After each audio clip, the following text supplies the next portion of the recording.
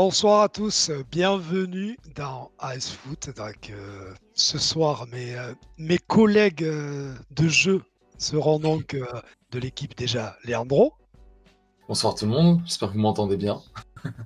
Sofiane, l'interiste, Salut tout le monde. et nous avons le plaisir immense d'accueillir notre Omar, j'allais dire national, mais oui, national. On est tous national. Et voilà, Omar da Fonseca. Omar, comment vas-tu? Très bien, bonsoir et merci de votre invitation et de me faire participer. Donc, merci beaucoup à vous. Bon, les amis, dans le chat, a priori, vous nous entendez bien parce qu'on avait des petits réglages techniques, on n'était pas terrible. C'est pour ça qu'on a démarré un peu à la bourre. Donc, confirmez, envoyez juste un pouce ou comme ça, nous dire que vous nous entendez bien. Si c'est bon. Et je pense que oui, sinon, ça aurait déjà dit, on vous entend pas. Je pense. Je pense. Ouais, tout va Ok, bien, nickel. on nous entend bien. Parfait. Merci. Alors, dans le chat, comme d'habitude, allez-y, interagissez, posez des questions. On relèvera le maximum de questions donc, pour Omar. Et Omar, on le connaît, il y répondra sans problème. Et juste une petite chose, je vous mets le tweet dans le chat. N'hésitez pas à le RT comme ça. Plus on est de fous, plus on rit, comme on dit. Voilà. Bon, Omar, on va commencer doucement. Question classique. Déjà, comment vas-tu? Bon, on a vu la santé, déjà c'est important, tu es bien, ça, tu pètes la forme. Après, ton actu un peu avec Bean. Toujours les commentaires des matchs d'abord dans la Liga. Bon, là, on aura donc la parenthèse internationale.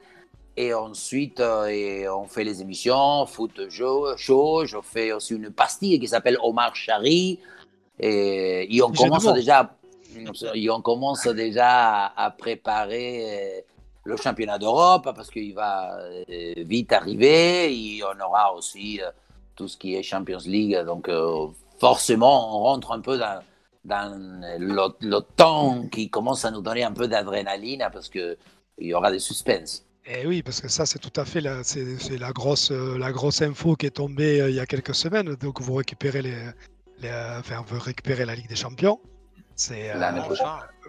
Voilà, l'année prochaine. Donc, ouais, mais je pense que c'est un sentiment général, tu vois. On le dit ici, mais je pense que c'est un sentiment général. Les gens sont contents que ça revienne sur beIN Sport, tu vois. Donc, ça, c'est. Non, évidemment que nous, on l'attendait et on le désire parce que c'est quelque chose où on vit des grands moments. On l'a déjà fait pendant un certain temps et ça nous a manqué. Et si en plus on a l'appui, ou disons la préférence du public, on est doublement satisfait. Donc évidemment, merci à tous les spectateurs, évidemment. Et tu t'inquiètes pas, Omar, si j'ai oublié de te le dire, mais si on baisse la tête, qu'on ne te regarde pas tout le temps, c'est parce qu'on a le chat sur le téléphone, tu sais. Donc, tu te formalises pas. Vous pouvez faire comme vous voulez. Surtout moi. Ça ne me gêne pas. Surtout moi. Ça ne me gêne pas du tout. Si tu vois que tu as un Sofiane en mode, tu sais, comme dans Bernardo là, qui dit rien, c'est parce qu'il est entre la régie, parce que c'est les amis ce soir, c'est Sofiane qui assure aussi la régie. Donc, c'est pas évident à faire en même temps. Voilà. Et voilà. Ouais. D'ailleurs, il assure plus rien. Bon, alors on a déjà une petite question. On a déjà des questions, donc allez-y, balancez vos questions, les amis, hein, parce que l'émission. On en a vraiment beaucoup des questions. Ouais. Donc, allez-y, les amis, on va essayer de toutes les poser. Bon, on pourra pas toutes, mais on y va là. Il y en a une qui revient souvent. Vas-y. Ouais. Ils veulent tous te voir sur FIFA 22. Encore tout le monde veut te voir sur FIFA. Tout le monde en a parlé. Il y a eu des hashtags et tout sur Twitter.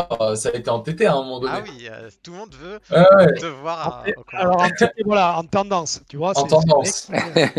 Tout le monde parlait de toi. Non, mais d'abord, évidemment que je me suis déjà répété dans d'autres moments que ça serait quelque chose d'extraordinaire parce que même si ça fait pas ma génération. Et j'avoue que tout le monde en parle et qu'apparemment ça donne justement une espèce d'échange, c'est un jeu, mais tout le monde y joue, il y en a beaucoup. Et puis c'est vrai que quand je lis un peu plein de gens qui me disent, parce que depuis un certain temps, tout le monde me dit, écoute, il y a des pétitions, patati patata, et oui, j'ai un ego, hein, j'ai un orgueil, et c'est normal que je exprime le fait qu'évidemment que ça me plairait beaucoup, hein, donc après ça dépend pas de ma décision, mais c'est quelque chose sans dire que c'est un aboutissement, mais je sais pas, même j'ai des petits enfants, donc vous imaginez que mes petits enfants ils seront hyper contents avec plein d'amis, donc voilà, et je ne peux pas dire autre chose que c'est bien, et on verra bien. On verra par la suite.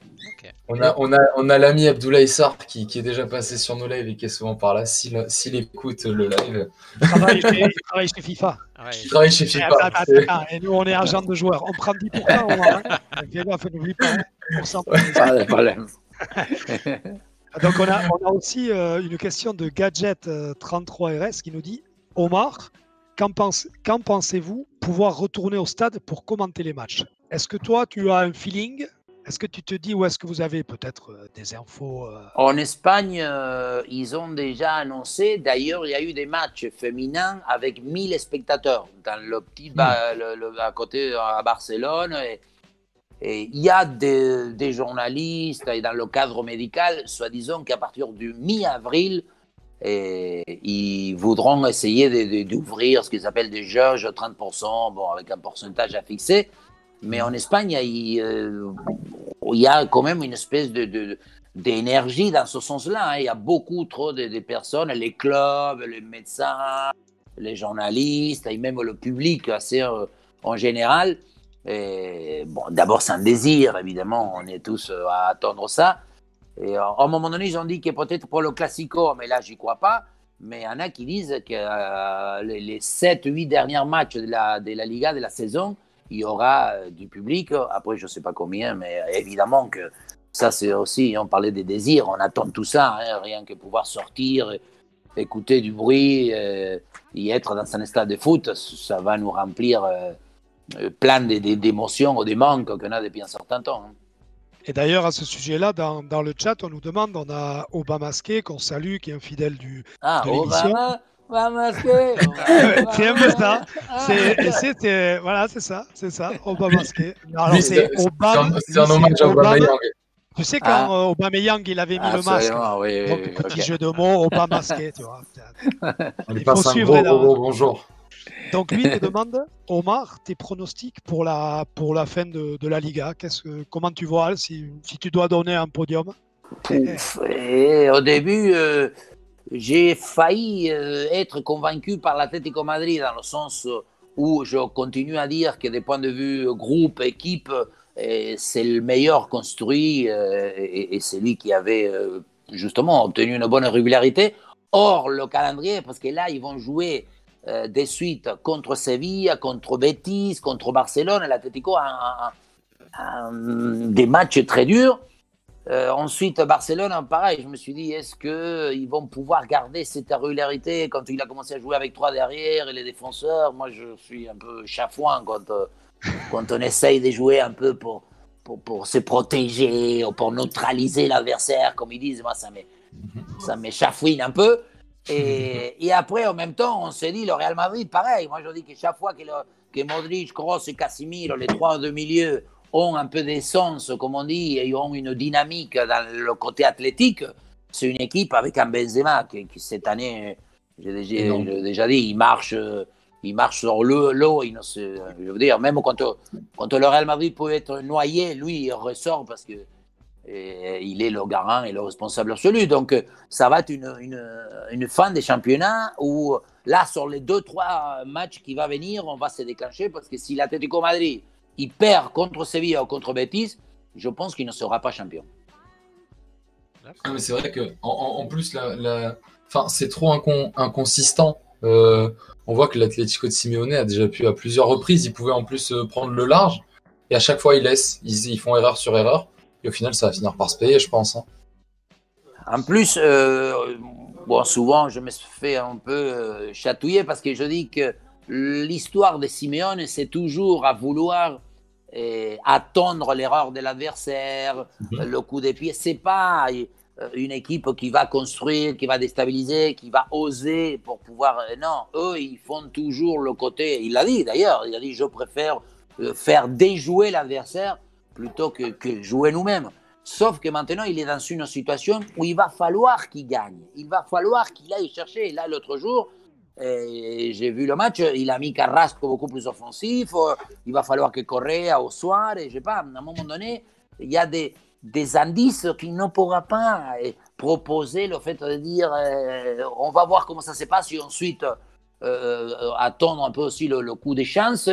Et donc, je ne sais pas si le Cholo Simeone, il en est capable de donner cette influence, de produire, de construire, d'oser, de jouer dans une audace. Lui, il garde toujours le côté discipline, organisation, rigidité. Et là, il sera dans une situation où il va falloir trouver d'autres moyens de faire jouer son équipe. J'en connais un qui aurait été heureux d'avoir Simeone. Hein. Bah, voilà, tu fais le bon pont pour moi. Omar, bon, je vais parler de l'Inter une seule fois. Après, je vous laisse tranquille. Non, tu peux pas. Ils vont être champions. Moi, je vais parier pour le Milan AC, mais je pense que là, vous y allez, oui, direct. Bah voilà, tu as répondu à ma première question. Oui, non, mais malgré qu'une équipe pareille, plusieurs matchs, moi ça m'énerve. Contre qui j'ai vu d'autres là, j'aime pas mes fiches devant moi parce que moi je marque tout, je regarde beaucoup. Et j'ai vu 2-3 matchs où ils ont joué tous derrière contre Milan, je crois, tous derrière pour jouer en contre-attaque. Oui, c'est vrai. Une fois où Lukaku il a fait un festival, je me suis que heureusement que vous avez un joueur comme Lukaku que tu peux lui envoyer, il y va contre tout le monde, il peut aller dans la friction contre parce que il est costaud. Ouais, et en plus Lautaro aussi ils prennent. Mais j'ai vu aussi 2 matchs où il avait fait jouer Lukaku, Lautaro, et il a osé mettre Alexis Sanchez là il est rentré 2 fois donc. Mais bon, là je crois que l'Inter ils vont bien finir. Ouais, surtout que les rivaux en plus ils laissent de l'espace quoi. La joue. Ouais. Et dernière question sur l'Inter, tu penses quoi de Lautaro? J'aime beaucoup. J'ai déjà dit que c'est ce genre d'attaquant qui peut remplir les facettes de jouer un peu dans la friction du corps à corps. C'est un joueur qui peut jouer dos au but. C'est un joueur qui peut jouer en remise. C'est un joueur qui peut jouer aussi dans des espaces un peu plus ouverts. Il a un contact au ballon très intéressant. Je l'ai vu faire des petits crochets, des dribbles. Il n'a pas une frappe extraordinaire, mais après, c'est quelqu'un qui attaque à des zones. C'est un joueur qui aime venir se présenter. Je pense qu'il peut encore développer un jeu beaucoup plus efficace même. Il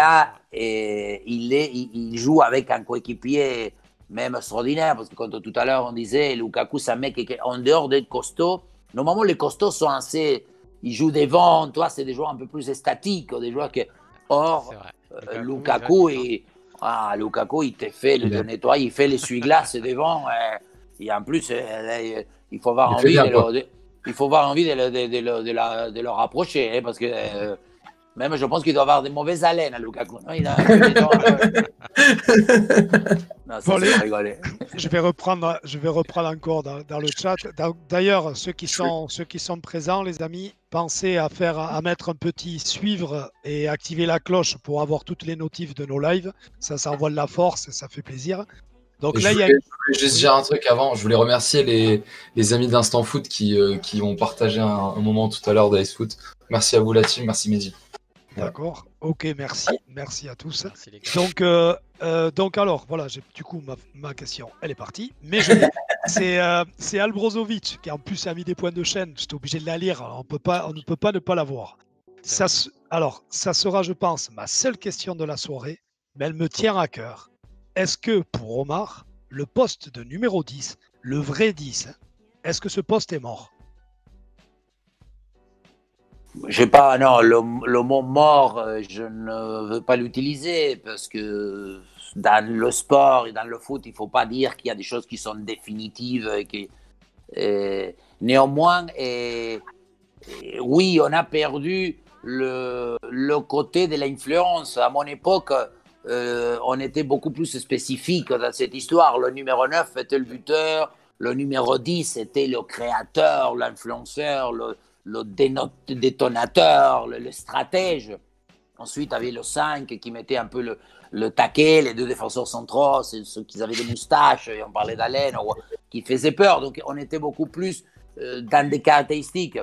Néanmoins, le foot il a eu une espèce d'évolution où d'abord, on a fait trop rentrer le côté comptable. Maintenant, il y a tellement de comptabilité, il y a tellement de choses qu'on prépare, tellement de choses qu'on assimile dans les entraînements, l'histoire de répétition, de mémoriser des gestes, des circuits, que forcément, on a perdu le côté fantaisie du jeu. Je dis tout le temps, à mon époque, on allait sur un terrain et avant de rentrer, on se disait qu'est-ce que je vais inventer. Moi, j'étais attaquant, je dis mince, aujourd'hui, je vais essayer de faire un dribble.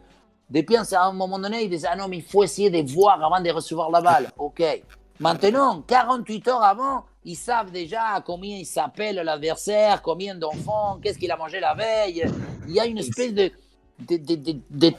sophistication qui forcément envoie le joueur qui est créatif un peu à rentrer dans le moule. Et je vais encore plus loin. Des fois, je dis, le joueur de foot, il a tellement maintenant une espèce d'obligation, entre guillemets, de séduire son entraîneur. Toi, il se dit, mais attends, si je ne fais pas ça, je pense que j'aurais du mal à pouvoir jouer. Donc, quelque part, on voit qu'il y a trop de joueurs, et même dans la jeunesse, l'histoire de ne dribble plus, comme moi je vais souvent voir des jeunes, etc. Quand on enlève le pur contact physique, hier je fais un entretien avec Di Maria, bon, vous allez le voir sur BeIN, et lui il en parle parce on disait le côté aussi musculature, moi je dis, elle fidèle, voilà, une de mes questions, je lui dis, toi les muscles, tu les laisses dans le vestiaire avant de rentrer sur le terrain parce qu'il est fidèle. Toi, les muscles, il n'a pas de...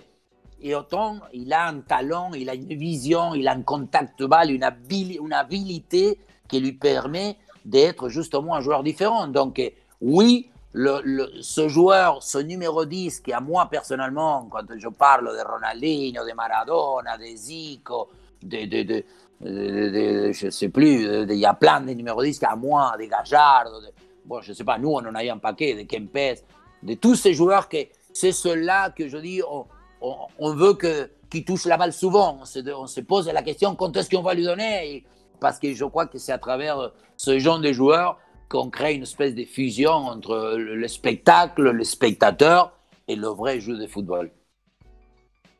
Tu relèves encore quelques questions? Oui. Parce qu'il y a... Alors, j'en ai une de Ahmed Yuskun.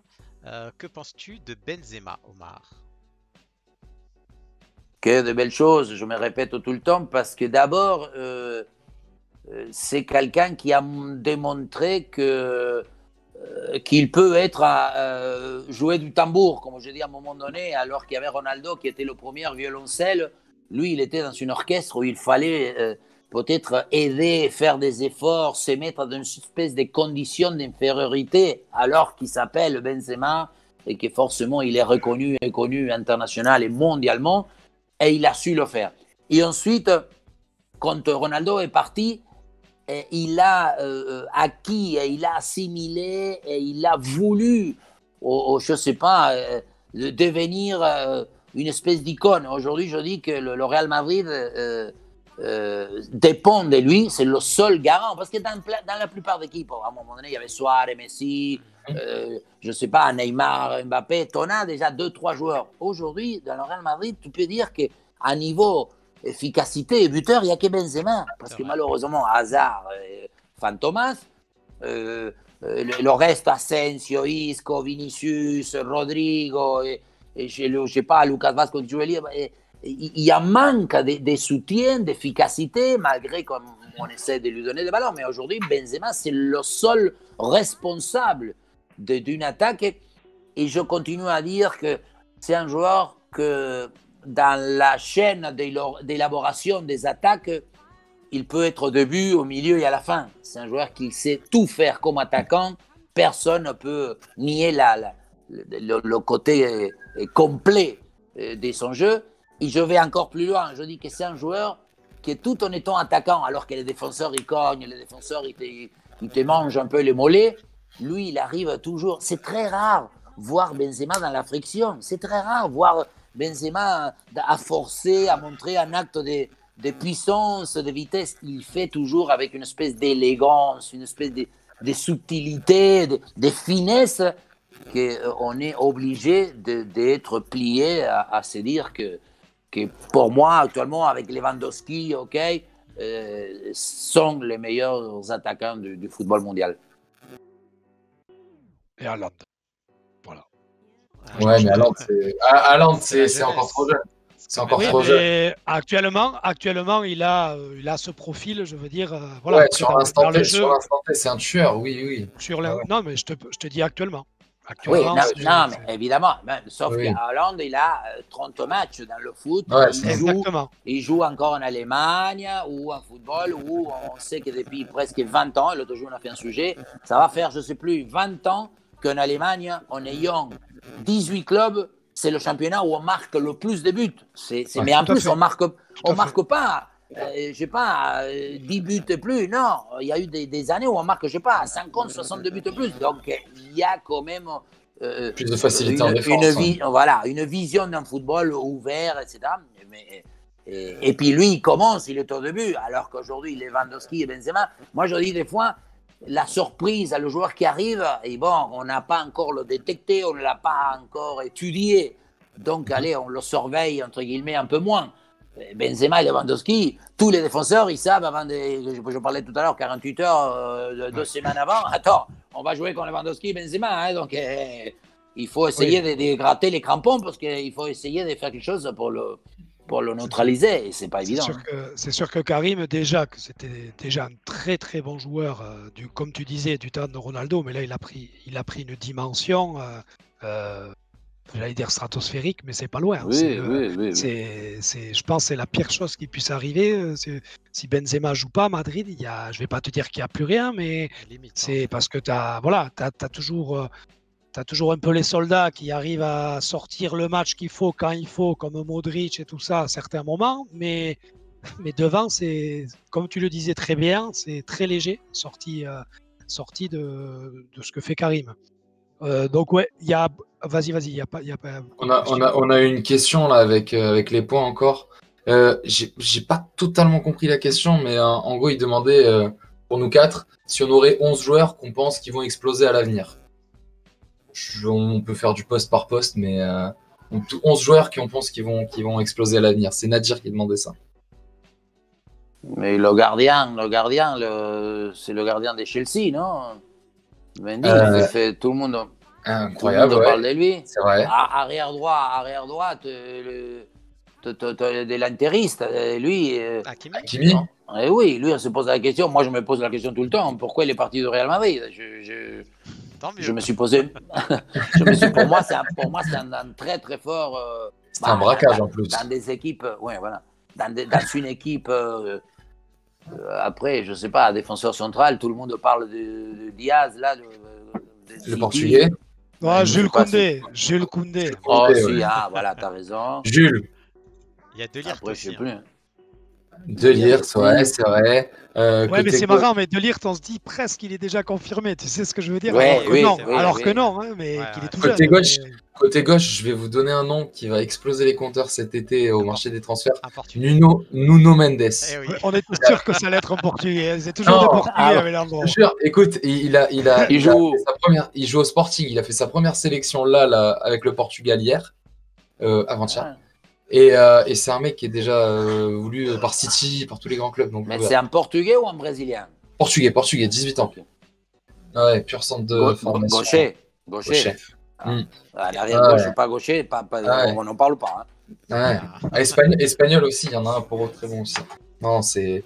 Après, des milieux, les gars, que vous pensez qu'ils pourraient. Dans le chat, on nous dit beaucoup Camara, Benasser. Ouais. Ah, Oh, Benacer. Benacer. Benacer, très bon. Très très bon.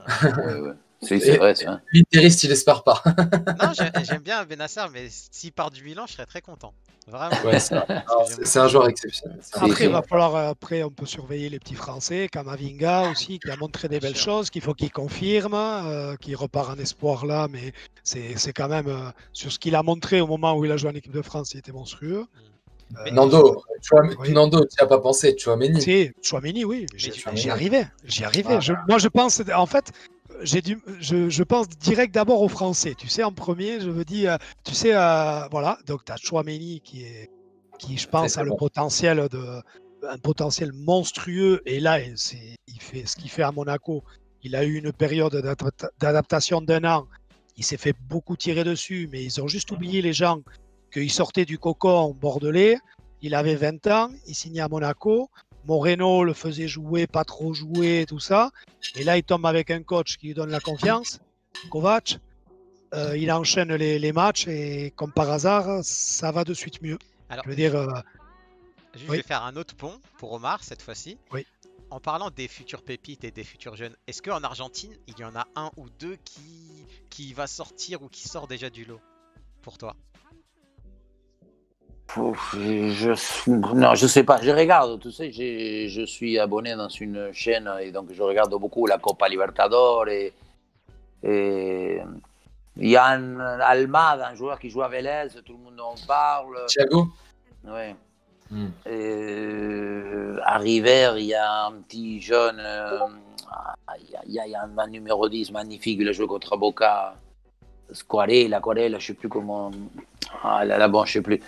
En Argentine, en Amérique du Sud, reste quand même un continent où la production de joueurs est toujours importante, mais plus avant, la situation économique et l'industrie du football fait que maintenant, les joueurs ils partent vraiment trop vite et ils partent dans des endroits ou dans des équipes ou dans des projets, encore une fois, qui le mettent trop souvent en difficulté. C'est d'abord très jeunes joueurs, ils n'ont pas fini, ils ont une exigence autre, donc je trouve que plus ça va, il y a plus de difficultés dans ce domaine-là. Mais tiens, justement, mais on va faire que des ponts.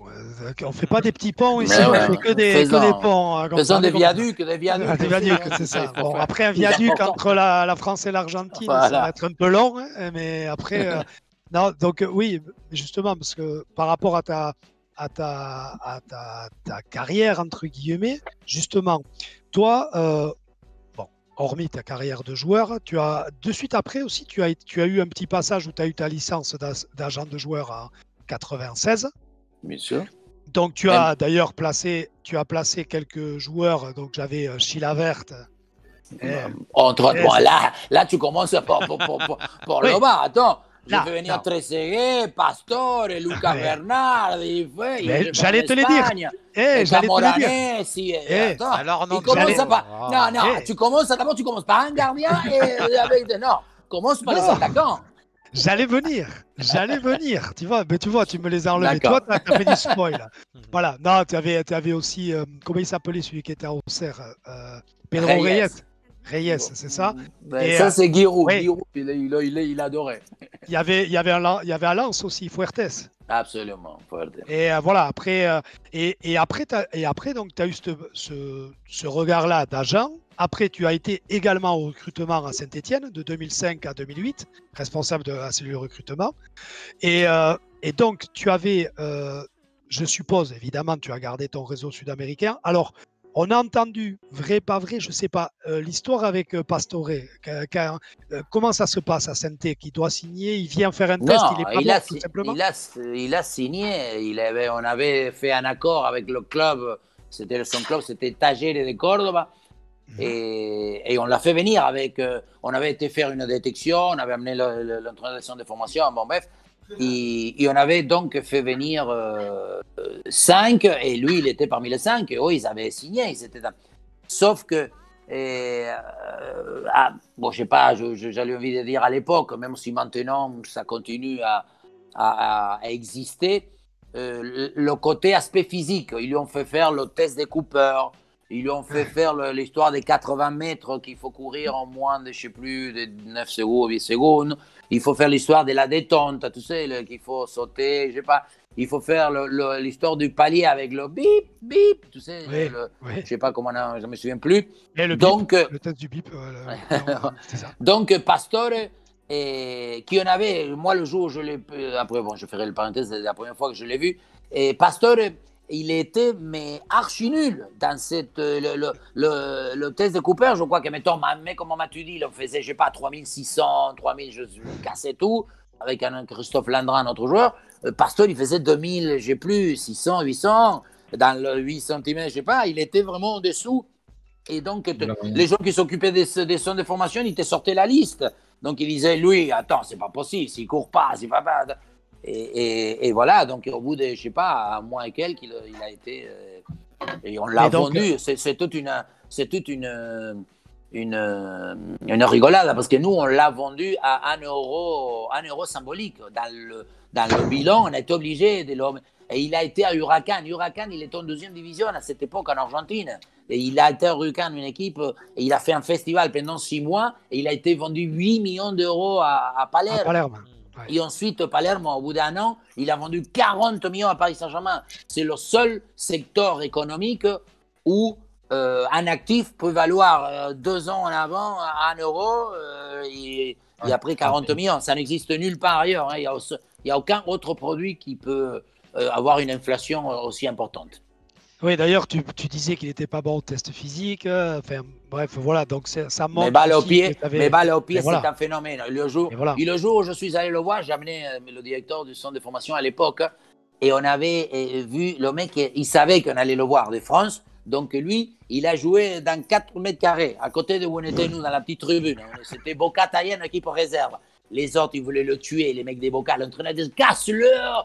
Parce que lui, attends, il nous a fait sombrero, machin, petit pont. Ils sont fichés. Je crois qu'ils ont fait un partout, mais au début, ils perdaient. Bon, peu importe. Lui, le résultat, lui, il nous a sorti le catalogue de toutes sortes de fentes. Et moi, j'avais les mains rouges, parce que je dis, mais ce mec-là, je l'amène dans mon chevet, je l'amène dans ma chambre, et avant de m'endormir, qu'il fasse à chaque fois ça, et ça sera top. C'est rigolo parce que. Non, juste. Ouais, vas-y. Non, c'était un petit pont, mais vas-y, puisque ça a été ouais, mais je suis en plein dedans. Moi, oui, c'est pour ça. Et j'en ai. Ouais, parce que justement, par rapport à ce que tu disais, à sa capacité, bon, c'est pas un marathonien, on va dire. Et il y avait une phrase d'un petit joueur dont tu parlais qui s'appelle Léo Messi. Je dis petit, juste un peu pour te taquiner. Non, mais tu avais dit de lui, il y avait une phrase qui m'avait marqué où tu disais, lui, il court pas toujours, mais quand il court pas, il réfléchit. Et tu pensais qu'il valait mieux rentrer sur un terrain pour réfléchir que pour faire de l'athlétisme. Bien sûr, et j'avais trouvé ça, non mais c'était très bien dit à ta façon, à ton verbe, mais ça rejoint un peu, entre guillemets, tu vois, au choix, au test physique, on ne le retient pas, et tu te demandes, voilà, si pourquoi, ah ben attends, on a déjà la surprise qui est arrivée. On a déjà la surprise qui est arrivée. Inattendue. Alors là, je me tais. La surprise, les gars, il va falloir on va faire une petite VAR. Une petite VAR de 30 secondes, ne partez pas, je vous jure que ça vaut le coup. Ça arrive. Voilà. 30 secondes, les gars. 30 secondes. Tout de suite. C'est bon.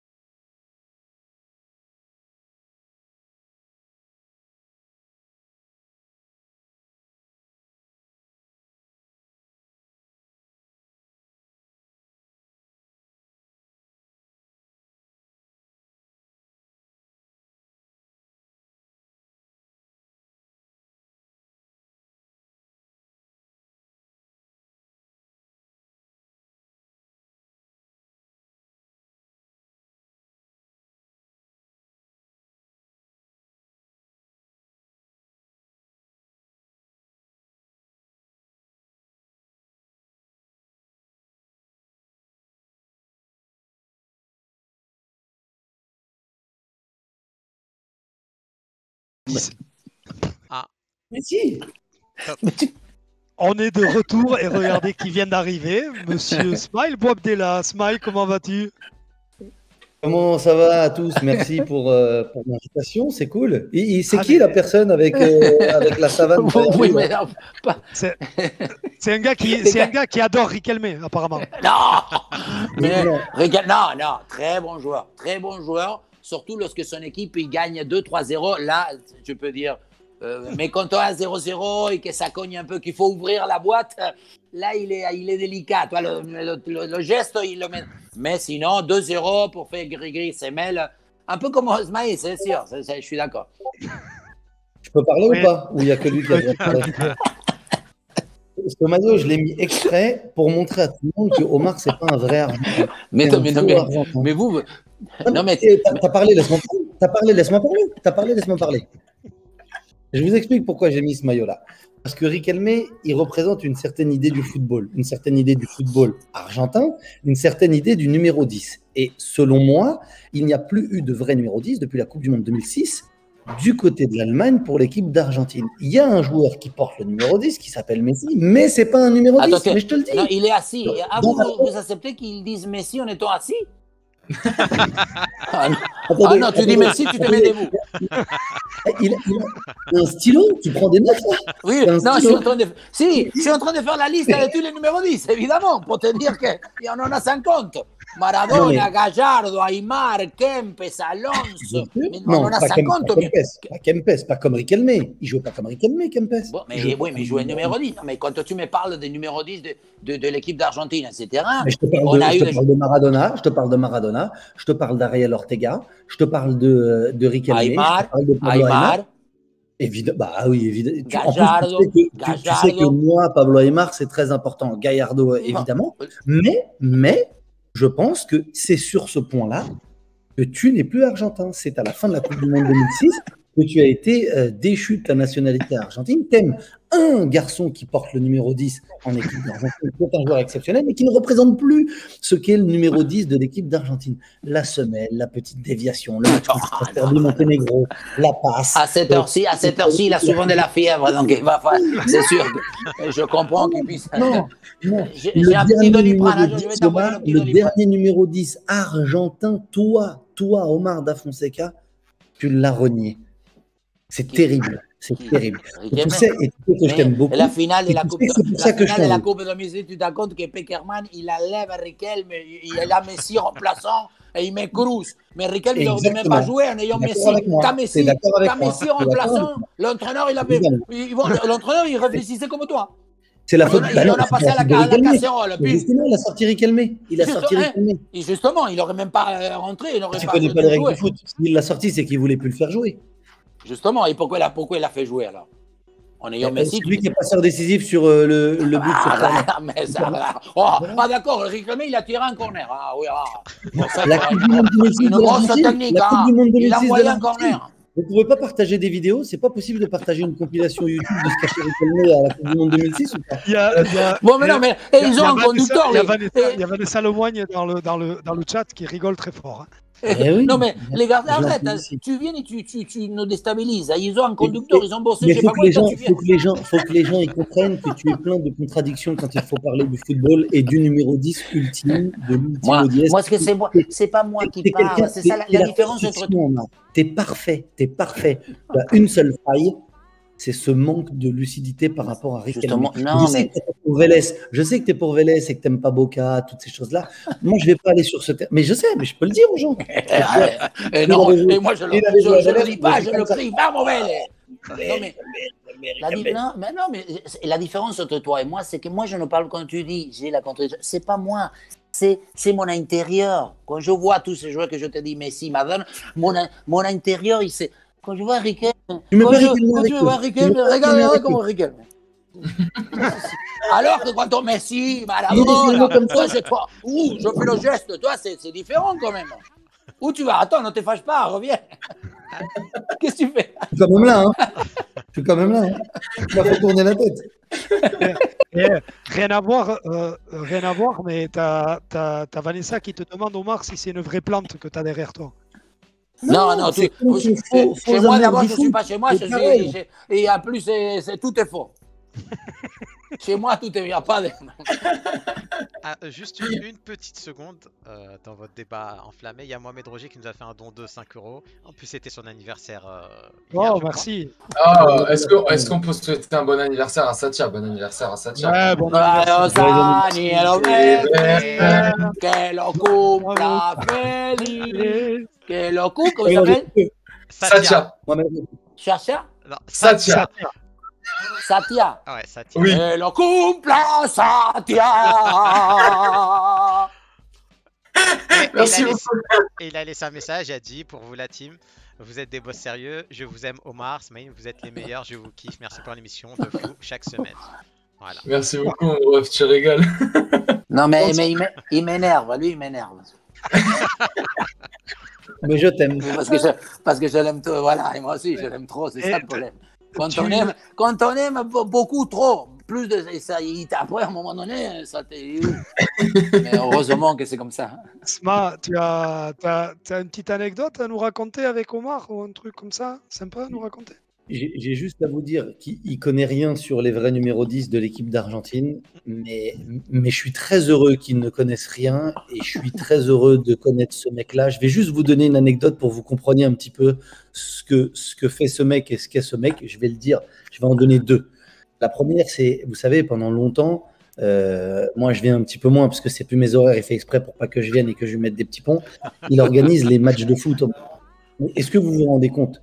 Ce mec-là, il organise des matchs de foot où il y a 50, 60 personnes. Ça veut dire qu'il passe une journée entière à envoyer 50, 60 textos. Omar Da Fonseca, et il attend ta réponse. Non, mais c'est juste pour vous dire. Un mec comme lui, vous vous imaginez, il vient, il prend son maillot, on l'invite, on lui sert sa petite bouteille d'eau, eau gazeuse parce qu'il aime bien l'eau gazeuse, on lui donne son maillot avec son numéro 4 parce que son numéro fétiche c'est le numéro 4, il joue au poste de latéral droit parce qu'il peut jouer que là maintenant au poste de latéral droit. Normalement ça devrait être ça, Omar. Mais juste pour dire le kiff que c'est pour lui le foot. Quand il parle de foot avec autant de passion, je peux vous dire qu'il le vit avec encore plus de passion au quotidien. Il aime le foot et il en parle et il l'analyse très bien, évidemment, mais c'est encore plus beau quand vous le voyez vivre le foot et qu'un mec comme ça, avec sa notoriété, il vous dira non, évidemment, mais qu'un mec comme ça passe tous ses week-ends à envoyer 40, 50, 60 textos aux gens pour qu'ils lui répondent. Et que des fois, tu me réponds même pas. Oui, moi, je lui réponds plus parce que je lui dis tant que tu dis pas que Riquelme est le meilleur joueur du monde, je viens plus. Mais je vais revenir bientôt parce que je pense qu'il est en train d'avouer. Ça, c'est la première chose. Et la deuxième chose, je lui en veux très fortement parce qu'il a gâché mon mariage. Vous vous rendez compte? Il est venu à mon mariage. Mon père, ma mère, mes oncles, mes tantes, mes grands-mères, elles voulaient faire des photos avec Omar Da Fonseca, avec moi et ma femme. Est-ce que vous vous rendez compte de ce mec-là? Et du coup, t'as mangé avec les musiciens, toi. Ah ouais, mais il n'avait plus de bouffe, il a tout bouffé. Non, mais c'est juste pour vous dire que ce que vous voyez d'Omar à l'antenne, c'est environ 10-15% de ce qu'il est en vrai. Ce qui en fait des fois une personne insupportable, surtout quand dans les débats, il n'écoute pas et il n'accepte pas qu'on dise que oui, Riquelme est un grand numéro 1. Mais il aime le foot, il aime en parler, mais il aime plus le vivre. Et je crois que dans les temps actuels, c'est bien d'avoir des gens sains, honnêtes, intègres comme ça et qui parlent vraiment de passion et qui parlent avec leur tête quand ils parlent de foot. Voilà. Mais il est venu, pourquoi vous lui avez... Non, moi je ne suis pas d'accord, attends. Je lui ai rien donné, normalement il faut que je lui donne. Là, je lui ai rien donné. Tu dis que Riquelme c'est un bon joueur. Et t'aimes bien Pastore? Non, mais c'est pareil, Pastore, mais Pastore, c'est des maîtres, mais voilà, ça c'est des maîtres de jeu. Bon, ok, c'est Pastore.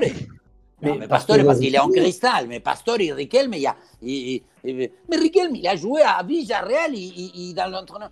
Bon, allez, on passe. En demi-finale de Champions. On va arrêter ce débat-là parce qu'il m'énerve. Il m'énerve. Vous voyez, on a fait 5 minutes à lui dire qu'on l'aime et j'ai envie de passer une demi-heure à lui dire que je le déteste. Et après, vous avez eu des anecdotes ensemble, je veux dire, à part en déplacement, sur un truc comme ça, vous n'avez pas un petit truc rigolo je sais pas, sur un déplacement? On est parti en vacances ensemble. Ah non, on est parti une fois On est parti en Algérie et on est parti au Maroc. Au Maroc. Au Maroc, on est parti en vacances. En Algérie, je t'ai fait découvrir que les Algériens, c'était les Argentins de l'Afrique dans la tribune. Absolument. Et on s'est retrouvés, je vous promets, c'était après le match. Mais juste pour vous redire encore un truc, je le raconte. Hein. On était après le match Algérie-Burkina Faso en 2013 avec la qualification de l'Algérie pour la Coupe du Monde 2014. On a regardé le match à Blida, debout pendant tout le match. C'était exceptionnel. Il chantait. On a failli lui faire le passeport et la nationalité tellement on pensait que c'était un Algérien. Et on s'est retrouvé après dans la chambre des joueurs. Je ne sais pas si tu te souviens de ça, Omar. Bien sûr, oui. Assis dans la chambre de Magid avec tous les mecs et tout. Bien sûr, et à kiffer et à parler de foot, à refaire le match, à rediscuter du match. À, comme très souvent, pas être d'accord sur le foot. Mais bon. Tant mieux. J'espère encore très très longtemps être en débat et m'énerver contre toi et t'énerver quand on parle de foot. Ça voudra dire qu'on passe du temps ensemble à parler de foot ou plein d'autres choses, puisque je sais qu'il est très sensible à plein d'autres choses. Et ça, ce sera une très belle nouvelle. Est-ce que tu as un petit mot à lui dire avant qu'on le laisse tranquille à Asma? Parce qu'après, en plus, c'est un foot de Koh-Lanta, on le sait. Donc, faut qu'il se mette mais il faut pas qu'on soit, disons, qu'on profite du fait de se jeter des fleurs. Mais évidemment, je dis tout le temps, dans la vie, il y a des rencontres, il y a des choses qui sont, et même peut-être si on se côtoie au moins, ou peu importe, dans des espaces, il y a des mecs, il y a des femmes, il y a des personnes qu'à un moment donné, tu trouves un côté fusionnel, un côté des sympathies. On se connaît même à niveau privé, je pense différemment. On a passé par... Donc, évidemment que oui, je l'aime, je l'apprécie, et je pense à lui. Et voilà, et on rigole, on se permet d'avoir une relation tellement facile, directe et naturelle, parce que forcément... je sais ce qu'il vaut, c'est lui il est jeune, donc je lui dis, il veut mieux qu'il essaye lui de pouvoir procréer et qu'il ait des clones comme Ismaïl, on sera beaucoup mieux nous tous. Oh, c'est magnifique, hein. Magnifique. Non, et là, tu sais, comme dans Les Inconnus, je m'en vais comme un prince. Là, tu peux partir. Alors là, c'est filmé, par contre. Hein. Le maillot magnifique. Le nom, mais le maillot.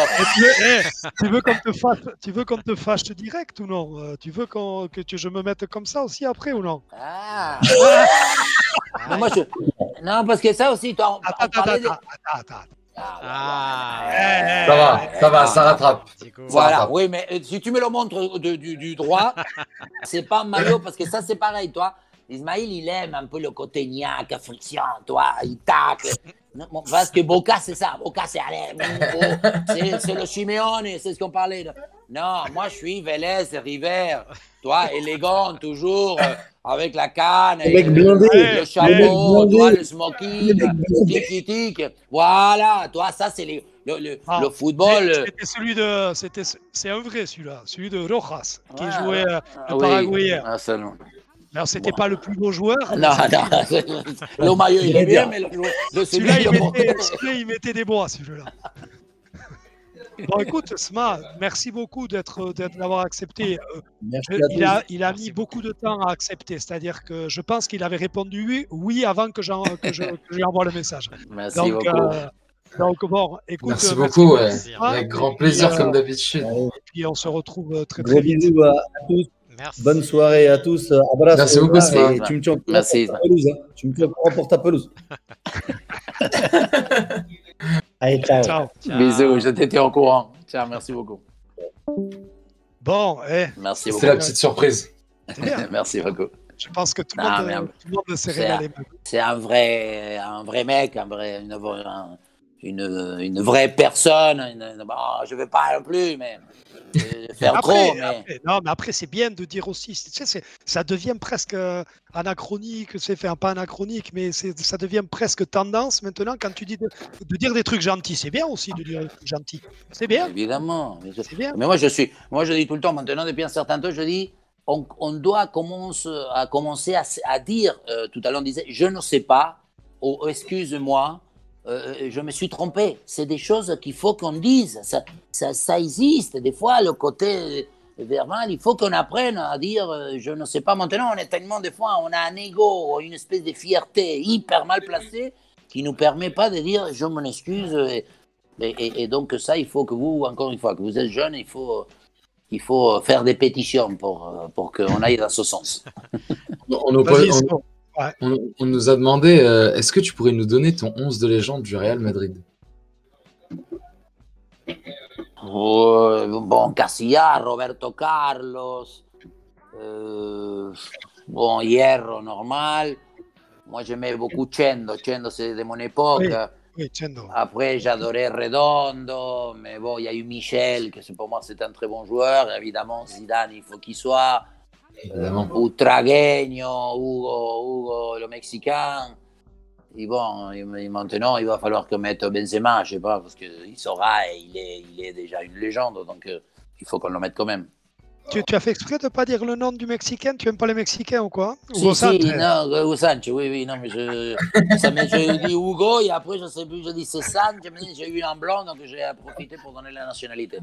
Il y a une question intéressante, c'est Riyad, tu penses à la même que la mienne? Ah non, j'en ai vu une autre, j'ai vu celle d'Amadi Koun. Ah, bah je passe celle-là, après je te laisse. Vas-y. Il nous demande, parle-nous de ta relation avec Benjamin da Silva. Et d'abord,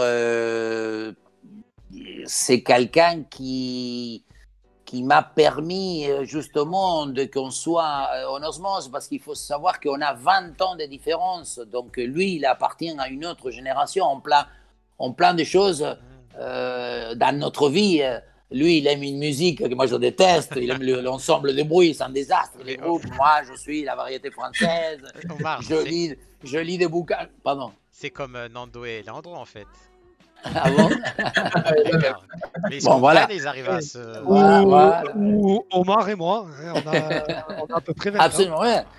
Non, mais en plus, on vient des univers complètement différents, parce que lui, il a fait des études de journalisme, moi, je viens du milieu sport, donc on est des opposés. Or, c'est quelqu'un qui, encore une fois, il a utilisé ce que je dis tout le temps, l'intelligence flexible. À aucun moment, il a voulu faire lui plus. Tu sais, dans notre milieu, il a un peu, des fois, une espèce de compétence, concurrence hyper mal placée. Et je crois que si on peut, disons, donner un peu plus de valeur, de grandeur plutôt, entre lui et moi, c'est à lui qu'il faut lui donner, parce que évidemment c'est lui qui a fait le plus d'efforts, c'est lui qui a plus ou moins s'adapté, un vieux assez pénible comme moi, c'est plutôt lui. Donc évidemment je lui suis reconnaissant, et il y en a quand même une relation maintenant oui, je suis son grand-père, son père. Maintenant il a une fille, Lola, et voilà, et je pense qu'on a marqué une étape, parce que ça va faire 10 ans qu'il me supporte, et que moi, je fais comme j'ai envie. Donc, je pense que lui, il a plus de travail. Merci à tous les nouveaux qui arrivent dans le chat. On est beaucoup. Ouais, merci. Donc, pensez à suivre, les amis. Ça nous donne de la force, à activer la cloche pour avoir toutes les notifs des lives. Bon, on n'aura peut-être pas du homard tout le temps, mais on essaie tout le temps de vous amener de la nouveauté. Et vous avez vu, voilà, ça marche pas mal. Et Sma, il vient de partir. Donc, pour ceux qui viennent d'arriver suite au tweet, vous pourrez le revoir dans le replay dès demain. Et voilà, les gars, n'hésitez pas à poser vos questions. Moi, j'avais une question assez personnelle à demander à Omar, et qu'on me l'a fait remarquer en DM, puisque du coup, Omar, comme tu sais, je viens de Nîmes, je suis supporter du Nîmes Olympique, et on a un petit Sud-Américain qui s'appelle Cubas cette saison. Je voulais avoir ton avis dessus. Je le suis, parce que c'est quelqu'un qui m'en a parlé et qui m'avait dit avant de venir, et ils m'ont dit non, c'est un tout petit, etc. Et je trouve que je vois les matchs souvent, justement pour le. Et je crois que des fois, il ne participe pas assez balle au pied. Je le trouve un peu dans une espèce de timidité compétitive. Je n'ai pas encore le joueur argentin un peu qui veut lui montrer. Ça se voit que c'est un joueur qui fait beaucoup de sacrifices, qui court, qui couvre des zones. Mais j'espère qu'il va pouvoir prendre un peu plus Oui, s'affirmer un peu plus. Absolument, de responsabilité, parce que s'il veut passer ce cap-là, il va falloir qu'il soit un peu plus déterminant, surtout dans d'une des deux surfaces. Et je trouve que des fois, il joue un peu dans une zone, bon, pas du confort, mais un peu plus. Et donc, il faut qu'il passe ce pas ou qu'il donne juste son pas en avant, mais on voit qu'il a quand même des caractéristiques, des sérénités, des tranquillités importantes. Moi, je pense qu'il le passera, tu sais, puisque là, on a changé de coach, etc. On espère de voir. À voir ce que ça donne dans les prochains matchs. Il y a aussi la question, pareil, il a pris des points de chaîne, on ne peut pas la louper. La Bien question sûr. tout à l'heure de Miduskun qui nous dit Omar, comment tu vois. Alors là, il y a la question. Là, il y a la question. Omar, comment tu vois l'après-Messi au Barça? J'ai dit un jour que le jour où Messi arrêterait de jouer au foot, même les ballons, ils vont pleurer. Parce que, évidemment que ce qui a apporté Messi au football général, la dimension qui a pu passer. Messi, maintenant, il est connu et reconnu en Asie, en Europe, en Amérique, en Australie, n'importe où. Donc, c'est quelqu'un qui a mis la Catalogne le Barça dans une exigence autre. Et donc, cet aspect-là va manquer, surtout pendant, je crois, une longue période. Tout le monde dit qu'il va falloir qu'on essaie de le faire perdurer, entre guillemets, encore 1 ou 2 ans. Mais arrêter ou perdre, on n'est plus à voir un extraterrestre comme celui-ci, c'est évident qu'il y aura un vide.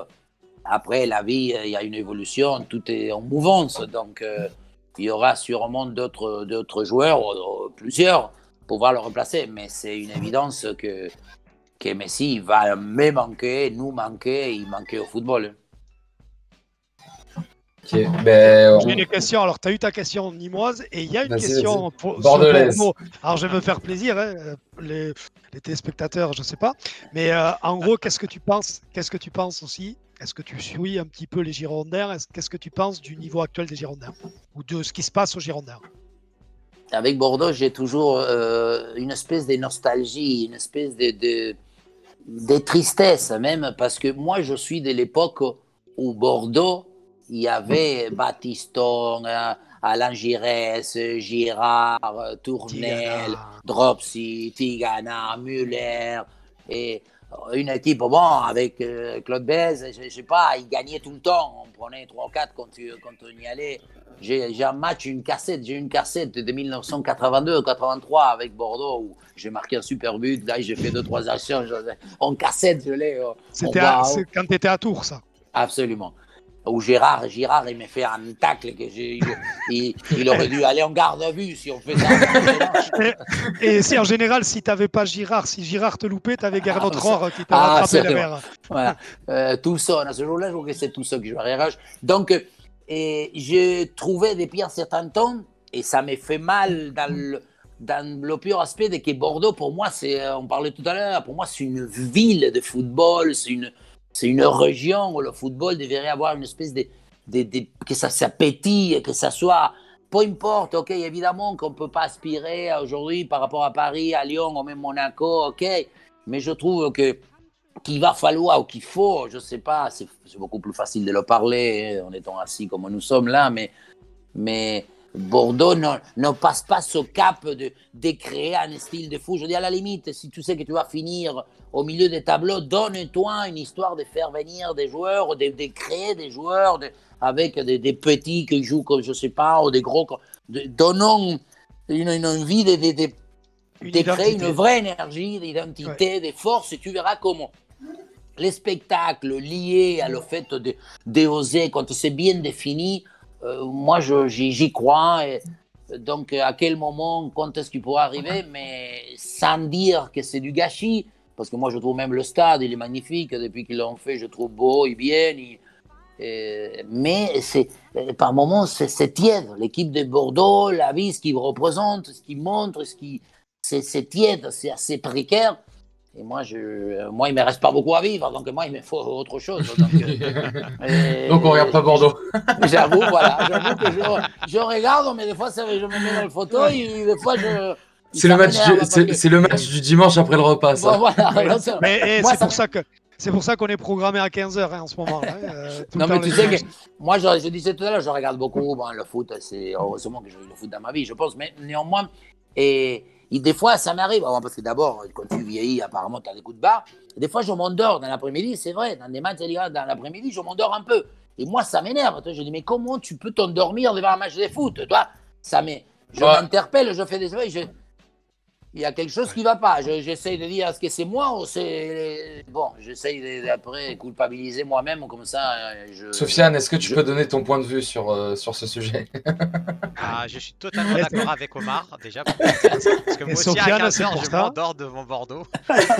Oui, il faut te dire que Sofiane, en fait, il ne regarde pas la Ligue 1. Mais il regarde quand on doit faire un débrief d'un match du dimanche soir, qui est en général. Ou qu'on le regarde ensemble. Et voilà, et encore, s'il y a un peu de Serie A ou comme ça, il préfère. Mais dis-toi, là, actuellement, il y a le Maroc qui joue sur Beansport. Je suis bien présent, je suis là. Oui, c'est vrai. Ah, tu vois, l'amour de la patrie.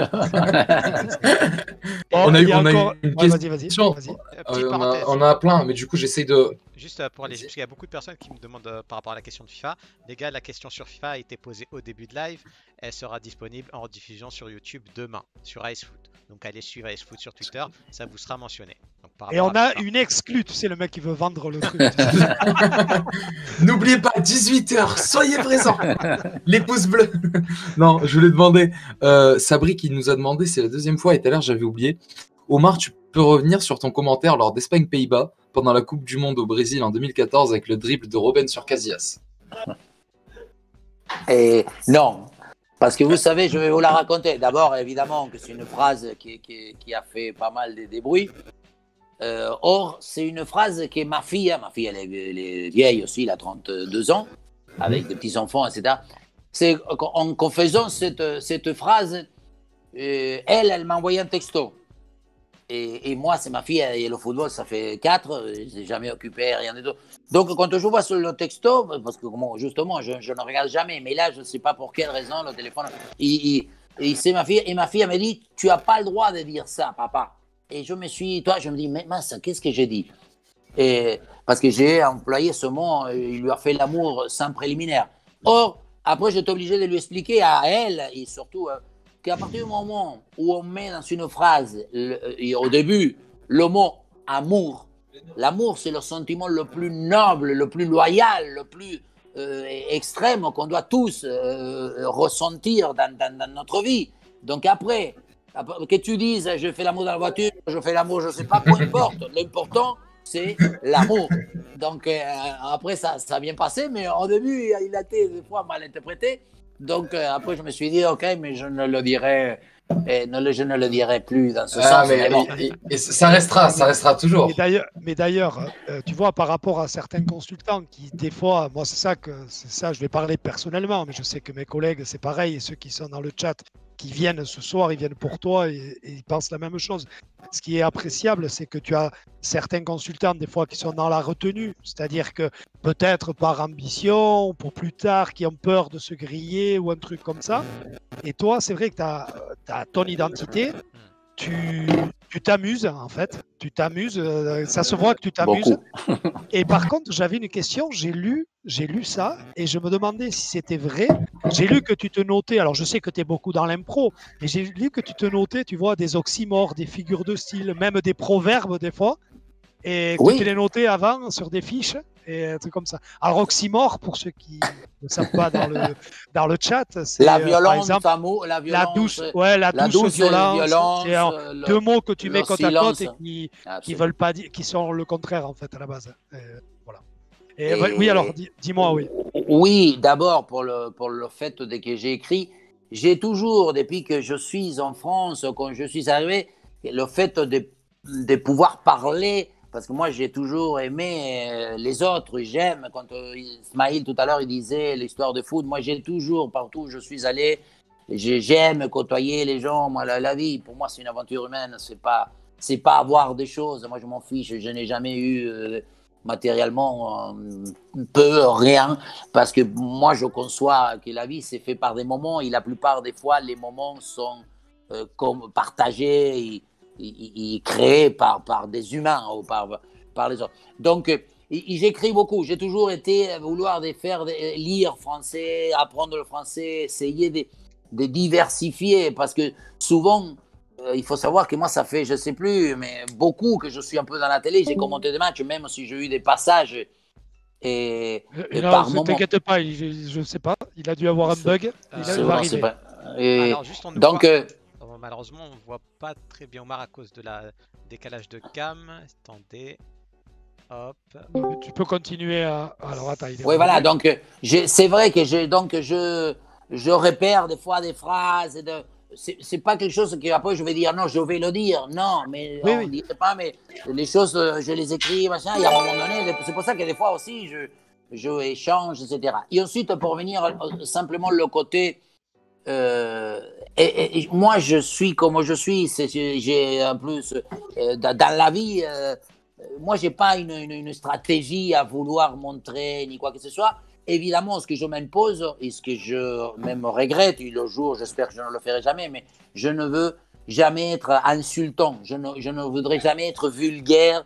Je ne jamais, même, mettons, moi, je m'oppose à dire des mots belliques. Je ne dirai jamais la guerre du milieu, le duel, machin, les armes. Je préfère, mais je ne dis pas qu'il ne faut pas le dire, non, simplement, moi, en plein des domaines, je peux des fois me moquer et avoir une espèce de deuxième degré, y mettre un peu des touchettes, mais évidemment des touchettes d'humour, d'autres, mais je ne voudrais jamais blesser personne et être juge de quoi que ce soit. Et tout ce que je dis, c'est dans une espèce de préférence. Et si à un moment donné, je dis il a frappé hors cadre, c'est parce qu'il a frappé hors cadre. C'est pas parce que je l'aime pas et j'ai envie qu'il frappe hors cadre. Hein. Oui, tu es spontané et voilà. Et après, il y a zéro perversité dans mes propos. À aucun moment, il les aura, j'espère. Je suis désolé hein, pour la coupure, mais je vous entendais plus du tout. Donc, j'ai pas compris ce qui s'est passé. Je sais pas, tu as tout décalé, on était fous. Non, c'est pas vrai, ça a été. Un petit cœur pour Andeva. Voilà, parce que nous, on sort des cœurs. Qui a offert un abonnement à KLFUS9Z. Merci à toi. Si tu veux, Omar, les abonnements, c'est quand les gens ils payent pour nous aider et du coup, après, ils deviennent abonnés. Ils prennent un abonné, ils ont des emojis différents, des trucs pour interagir. Et voilà. Ouais, et du coup, on les remercie avec un cœur. Non, mais il faut qu'après, vous nous les expliquez, non, parce qu'on peut soit participer, soit collaborer, soit en parler. Il faut qu'après, on le sache, je sais pas. Oh, mais... Oui, mais pour l'instant, tu vois, voilà, nous, on est. Voilà, je comprends. Et pour l'instant, c'est vrai que ça fait partie des choses. Il y en a qui peuvent mettre, par exemple, ils ont aimé, ils peuvent me donner 1 euro, 5 euros, 10 euros. Ils peuvent payer un abonnement mensuel. Et voilà. Et nous, notre contrepartie, on essaie d'amener des gens comme toi. Et voilà. C'est ça la grosse contrepartie avec quelques avantages qui sont plus des trucs, tu vois, des emojis, des choses, voilà. Qui peuvent je suis maintenant. Voilà, vas-y. On a eu une réponse, on a eu une question. Moi, je voulais vraiment la demander à Omar pour le coup, et parce que je la trouvais très intéressante. Et c'est Anissa FC qui nous le demande. Donc on lui passe le bonsoir. Ça fait plusieurs fois qu'on le voit. Il nous dit Omar, qu'est-ce qui manque au PSG pour gagner une LDC selon toi? Donc la Ligue des Champions. Il n'y a pas une science infuse, hein. Il n'y a rien qui puisse garantir un résultat. Et néanmoins, même si l'année dernière, avec un tirage aussi favorable, moi cette année, je dis que Paris Saint-Germain va passer, qu'il va battre sur 2 matchs le Bayern Munich. Parce que j'y crois, parce qu'à un moment donné, je crois que Neymar, il faut que je puisse être le détonateur, le Neymar qu'on rêve, qu'on désire, qu'on aime, qu'on admire, qu'en plus il va déjà avoir bientôt, je sais pas, 30 ans, donc il ne faut plus qu'il nous fasse illusion, il faut aujourd'hui aller, poum, faut prouver. Il tape sur la table, oui. Et qu'est-ce qu'il faut? À un moment donné, même les années en arrière, il y avait de choses encore plus complètes. Parce qu'aujourd'hui, souvent, j'aurais aimé avoir un milieu un peu plus créatif. Moi, j'aurais aimé avoir un Kimmich, un Thiago Alcantara, je ne sais pas, ces joueurs des milieux, des liaisons. Oui, l'Iniesta, le Xavi, tous ces joueurs-là un peu qui marquent, qui font des différences, vraiment des différences. Et ensuite, si on parle d'un poste spécifique, et tout le monde, mais des fois, je me fais critiquer un peu parce que j'ai dit à un moment donné qu'Icardi, même si c'est un ex-interiste, n'était pas l'avant-centre. Quand tu vois dans les grands clubs, on parlait de Lewandowski, de Benzema, de Haaland, de Suarez, je ne sais plus. Et je crois que Paris Saint-Germain aurait pu prétendre avoir un avant-centre d'un jeu un peu plus complet, quelqu'un qui puisse participer, quelqu'un qui puisse faire d'une deux, quelqu'un qui puisse dribbler, quelqu'un qui puisse provoquer le défi pour justement soulager entre guillemets Mbappé et Neymar et avoir une force, une puissance offensive presque inégale. Justement, il y a une question de Flo7612 au sujet d'un autre avant-centre, enfin attaquant, on va dire, pas avant-centre exactement. Mais que penses-tu, Omar, de Dybala, qui était attendu comme une future star et qui a du mal à s'en sortir? Et comment vois-tu la suite de sa carrière? D'abord, je le connais très bien parce qu'il vient d'une région et d'une équipe où je l'ai toujours suivi. Il était donc... Et c'est ce genre de joueur, quand on parlait des pépites, il a toujours été considéré parmi elles. Donc, on l'a toujours sélectionné comme un joueur différent. C'est plutôt un joueur que, d'abord, il est ce genre de joueur qu'on a du mal à le focaliser dans son poste, dans une caractéristique spécifique. On dit on ne peut pas être le 9,5, il ne peut pas jouer avant-centre.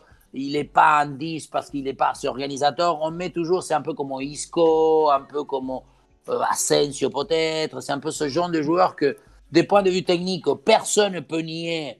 C'est indiscutable de dire qu'il a une technique très appropriée et très fine, qui a un contact ballon, bien sûr, bon.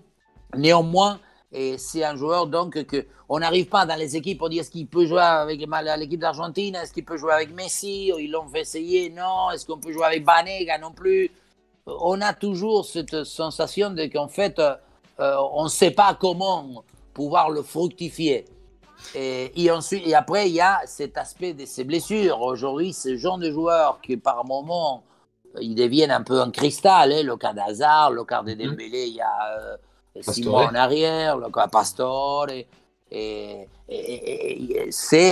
un handicap, c'est un élément perturbateur évidemment pour lui parce que la perte de confiance et de bien-être et d'état de vie qu'on appelle qu'un sportif de haut niveau doit absolument en avoir. Et ensuite, nous, spectateurs, le spectateur est assez réactionnaire au fait que à partir du moment où le joueur il ne joue pas, il ne joue pas, il est blessé, il ne joue pas, il ne s'entend pas, on lui met une étiquette un peu plus négative de celui qui peut influencer. Donc, moi, j'y crois beaucoup parce que j'aime ce genre de joueur, mais j'avoue que même avec l'équipe d'Argentine, il prend de recul et je crois que de la Juve, il va partir. Hein. Pour moi, il partira cet été.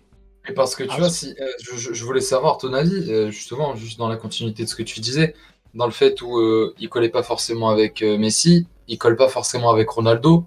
Tu vois, sur les 3 ans, moi je trouve Dybala est vraiment passé dans l'ombre de Ronaldo. Et je me demande si un départ de Ronaldo, ce ne serait pas salvateur pour lui cette année à la Juve, qui pourrait lui donner du coup, tu vois, un deuxième souffle, ne plus être derrière CR7. Qu'est-ce que tu en penses, toi, des deux? Est-ce que tu penses que c'est vraiment une question de pas de feeling ou je sais pas? Non, des fois il y a des choses que, bon, on va pas parler du cas Griezmann, mais ils sont, parce que lui, départ, c'est vrai caractéristique, c'est pas un joueur, c'est pas un 10, c'est pas quelqu'un qui organise, c'est pas quelqu'un qui peut être dans la créativité au début d'une action, même si parfois il fait, parce que c'est certains joueurs qui aiment s'associer, qui fait des 1-2, mais comme il aime marquer des buts, y être à la finalisation n'a pas tous les attributs. Mais ce n'est pas non plus un buteur net, pur, précis et concret. Il ne fait pas que ça. Donc, cette histoire de mélange, des manques d'un côté et des vertus de l'autre font que c'est un joueur qui ensuite, quand il y a un peu de vide, toi, quand le vide existe, ça crée un peu le doute, ça, c'est la suspicion. Et le joueur, il en manque ça. Et comme maintenant, c'est ce qu'on disait tout au début, maintenant, on est souvent dans des schémas très rigides. Le mec qui joue à droite, il faut... Et l'autre jour, je disais, Pogba contre Manchester, je ne sais pas quoi, il est rentré contre qui marque le but. Bon, je ne sais plus. Il a rentré jouer collé à la il est marqué direct. Voilà. Et là, c'est Milan. Des fois, tu as des choses où tu te dis, évidemment, que les entraîneurs, ils savent 1000 fois plus, mais qui sont un peu contradictoires, qui ne peuvent pas être assimilés pour nous, qu'on est des simples spectateurs et simples amateurs d'un joli football. Alors, j'ai deux choses. Il y a déjà Pune Durif qui s'est abonné à Prime. Je sais pas si c'est Pune le Marseillais, hein.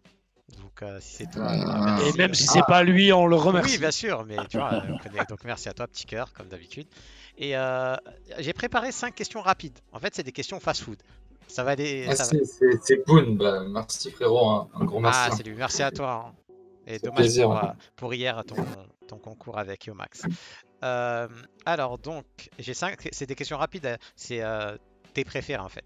Par exemple, première question, c'est quoi ton stade préféré? Le Bernabéu et le Stadio de Vélez Sarsfield en Argentine parce que c'est mon club de cœur. Ensuite, ton joueur préféré? Maradona parce que c'est ma génération, parce que lui il a joué avec moi j'ai pas joué avec lui, il a joué lui avec moi. Ouais. Et parce que tiens, et juste je peux même vas-y, juste pas de souci. Justement, tu as quoi, 2 sélections en équipe d'Argentine? 3. Pas beaucoup. Je croyais que tu en avais 2. Bon. Et il y en a qui disent que c'est 2 parce que soi-disant qu'il y a Wikipédia, mais moi je crois que j'en avais, mais bon, je ne sais même plus. Bon. Et donc c'est Menotti qui te prend? Absolument, oui. Et après, d'autres, il y a 2 autres Argentins aussi de l'époque qui ont joué en France. Il y avait Gabi Calderón qui avait joué au PSG et à Caen. Et Ramon Diaz aussi. Et Ramon Diaz qui était à Monaco. Et Juan Simón qui a joué aussi à Monaco en défenseur central. D'accord. Il y avait Carabelli, non? Il y avait Carabelli en arrière latéral qui a joué en Espagne, Rinaldi en milieu défensif, Alves qui a joué après en Espagne. Et tu avais dit quand tu étais arrivé en sélection, justement, en parlant de Maradona, on le connaissait comme un mec, je relis ce que tu avais dit. Tu avais dit on le connaissait comme un mec intouchable. C'était le paradoxe de Diego Maradona, parce qu'en même temps, c'était un mec de la rue. Il utilisait la ruse, la malice, la débrouille, mais aussi la tendresse, car quand il pleurait. C'était un mec entier. Et voilà, et j'ai une anecdote, ça je l'ai entendu, je ne l'ai pas lu, mais je voulais que tu me confirmes. Est-ce que c'est vrai que quand tu jouais à Monaco et que Diego jouait avec le Napoli dans le nord de l'Italie, comme les matchs c'était le samedi Monaco, tu prenais ta voiture le dimanche et tu allais voir jouer Diego? Absolument. Mais d'abord parce que, évidemment, que Maradona, c'est lui qui, je dis, il a fait rentrer la rue dans les stades, parce que lui, il faut que vous puissiez imaginer, parce qu'on ne peut même pas y penser d'où il vient. Et lui, il est né, il a vécu les premières 10 années dans un bidonville, mais difficile, pouvoir justement à pouvoir ressortir. Et de par ce don, il va devenir quelqu'un qui a 13, 14, 15 ans, il va passer dans un cap où il va devenir quelqu'un d'intouchable, des différents, parce qu'il va commencer à jouer au foot, à faire des jonglages et avoir des contrats publicitaires, et avoir beaucoup d'argent, de notoriété, de prestige. Il a commencé à jouer très tôt. Oui, et puis bidonville des années 60 en Argentine. Bon, voilà, là c'est pour ça que je disais, on ne peut pas, parce que vous dans votre... On ne peut pas imaginer, on ne peut pas essayer de croire que c'est réel.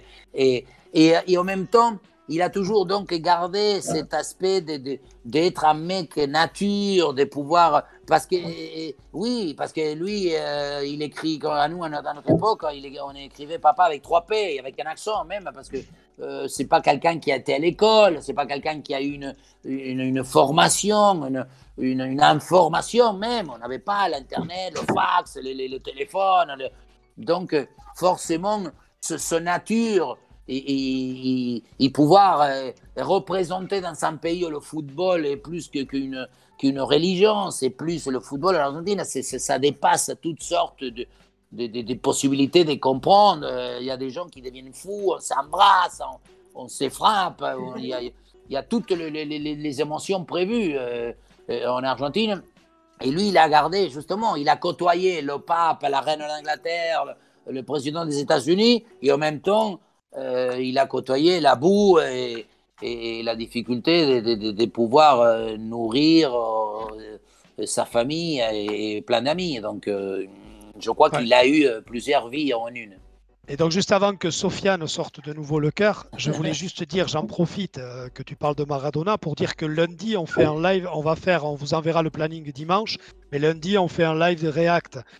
On va vous diffuser, on va faire ça, normalement on démarre à, je crois qu'on a dit à 20h30 ou 20h30, ouais, c'est ça. On va regarder alors pas le docu qui est déjà passé sur Canal, on va regarder ensemble celui qui était passé sur Arte, qui est magnifique, sur Diego, mais qui justement ne fait pas que parler de l'époque Maradona, Napoli, la drogue et tout ça. Il n'y a pas que ça, ça explique bien tout le démarrage de l'histoire de Villa Fiorito, de tout ce quartier-là d'où il venait, et qui explique comment s'est construit le personnage. En fait, quand on dit personnage, je pense c'est quelqu'un, voilà, on pourra en faire des heures sur Maradona, mais qui finalement a toujours été lui-même. Et c'est peut-être ce qui lui a coûté des choses, parce que quand il fallait la fermer, il ne savait pas la fermer, quand il fallait il vivait, il voulait aller sortir, il sortait, il voulait voir des femmes, il voulait des femmes. Et voilà, c'était pas un exemple, mais c'était quelqu'un d'entier.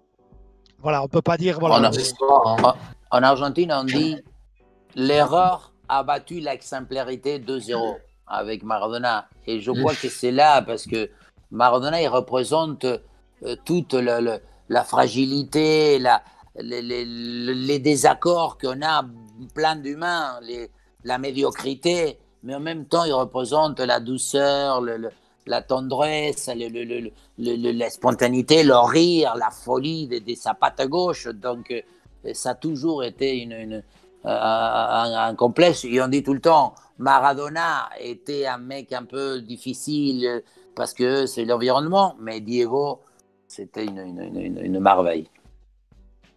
Alors donc, on va remercier Gadget, excusez-moi. 33 RS. 33, merci RS, un petit cœur pour lui aussi, et Dibas merci aussi beaucoup. qui a offert des cheers un petit peu. Et ensuite, je vais continuer à déballer un tout petit peu mes questions. Omar, quel est le match que tu as commenté qui t'a le plus marqué? Plusieurs fois, ils m'ont déjà posé. Je suis un privilégié. J'ai eu plutôt la chance, le privilège de pouvoir. Vous vous rendez compte, j'ai déjà, depuis, je crois, avant 98, je fais toutes les Coupes du Monde. Et je n'ai fait, je ne sais pas combien de matchs. Je n'ai fait des matchs de Champions League à beaucoup. Moi, je suis vieux, très vieux. Et donc, pouvoir sortir, j'en sais rien. Mais évidemment, j'ai quelques repères en 4-3 de Barcelone où Messi marque un but en volée, pied gauche extérieur, où je ne savais plus où j'étais. Le but que Messi, Di Maria, marque contre la Suède, contre un Coupe du Monde, contre la Suisse. Et je sais plus, il n'y a pas longtemps, ils m'ont fait refaire le but qu'on marque contre la Nigeria à la dernière minute, en centre de Mercado, c'est Rojo, pied droit qui marque. Et un centre de Mercado. Absolument. Et Rojo qui marque. Hein. Et Rojo qui marque. Donc, j'ai dit n'importe quoi. Là, alors qu'aupaurement, toutes les planètes étaient alignées. J'avais donné une phrase et tout le monde aussi sait rien parce que des Mercado, j'avais dit que même les meubles chez lui, ils mettent des protèges tibia. Parce que lui, c'est génial cela. Mais tu vois qu'il faut que tu sois actif. Il faut que tu prennes ton compte Twitter. C'est des punchlines, ça. Hein, ouais. Ça, celle-là, elle est extraordinaire, celle-là.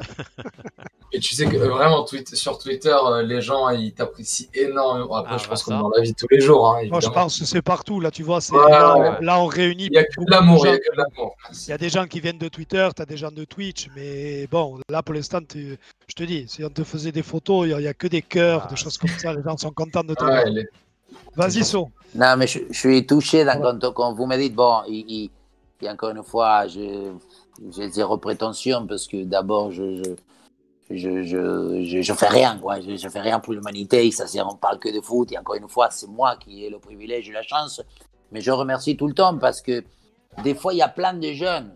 Parce que moi, je vais avoir 63 balais d'ici peu. Donc, et beaucoup la jeunesse. Et je trouve que ça, c'est encore une fois un privilège de pouvoir aller, encore une fois, sans aucune prétention, pouvoir toucher la sensibilité des très jeunes. Et des filles, il y a beaucoup de filles, des garçons qui jouent, qui m'ont entendu, etc. Donc, évidemment que je les remercie, moi qui les remercie tout le temps, et que, voilà, et que je suis vraiment un privilégié.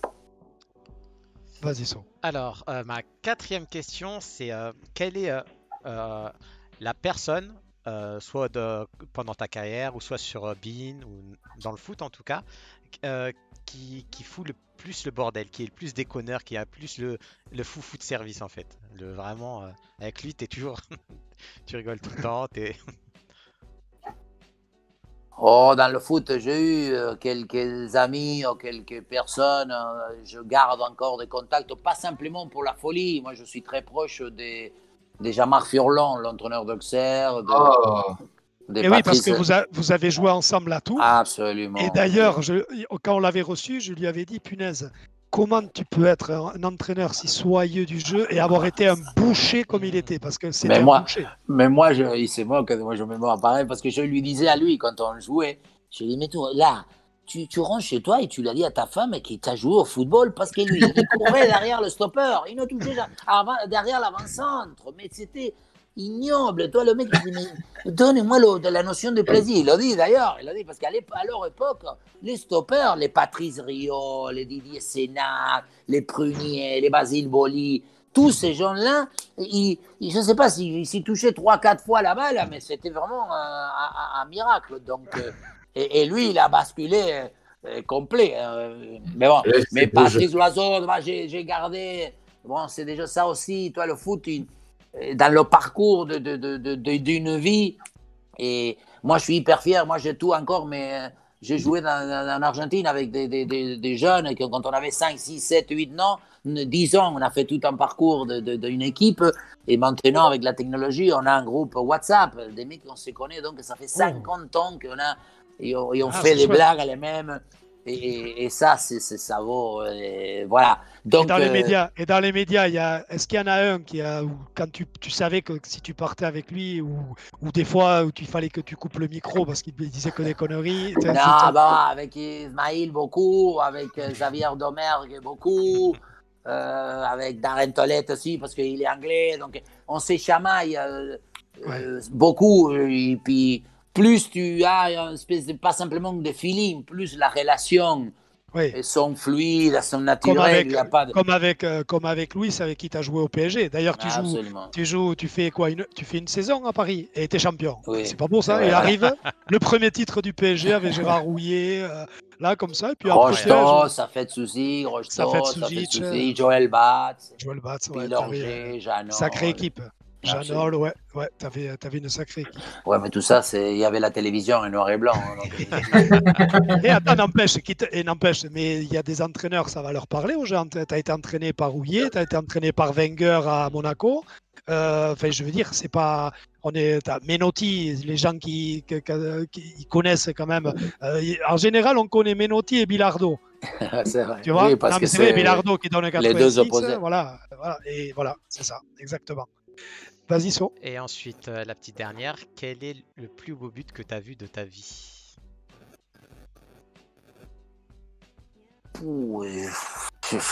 Évidemment, celui de Maradona contre les Anglais. Bien vu. Bien fêté, je pense. Hein. Messi, il en a marqué à Getafe. Messi, il en a marqué. Je trouve que la plupart des buts, un peu avec une espèce d'insolence, je l'ai vu de la part de Messi.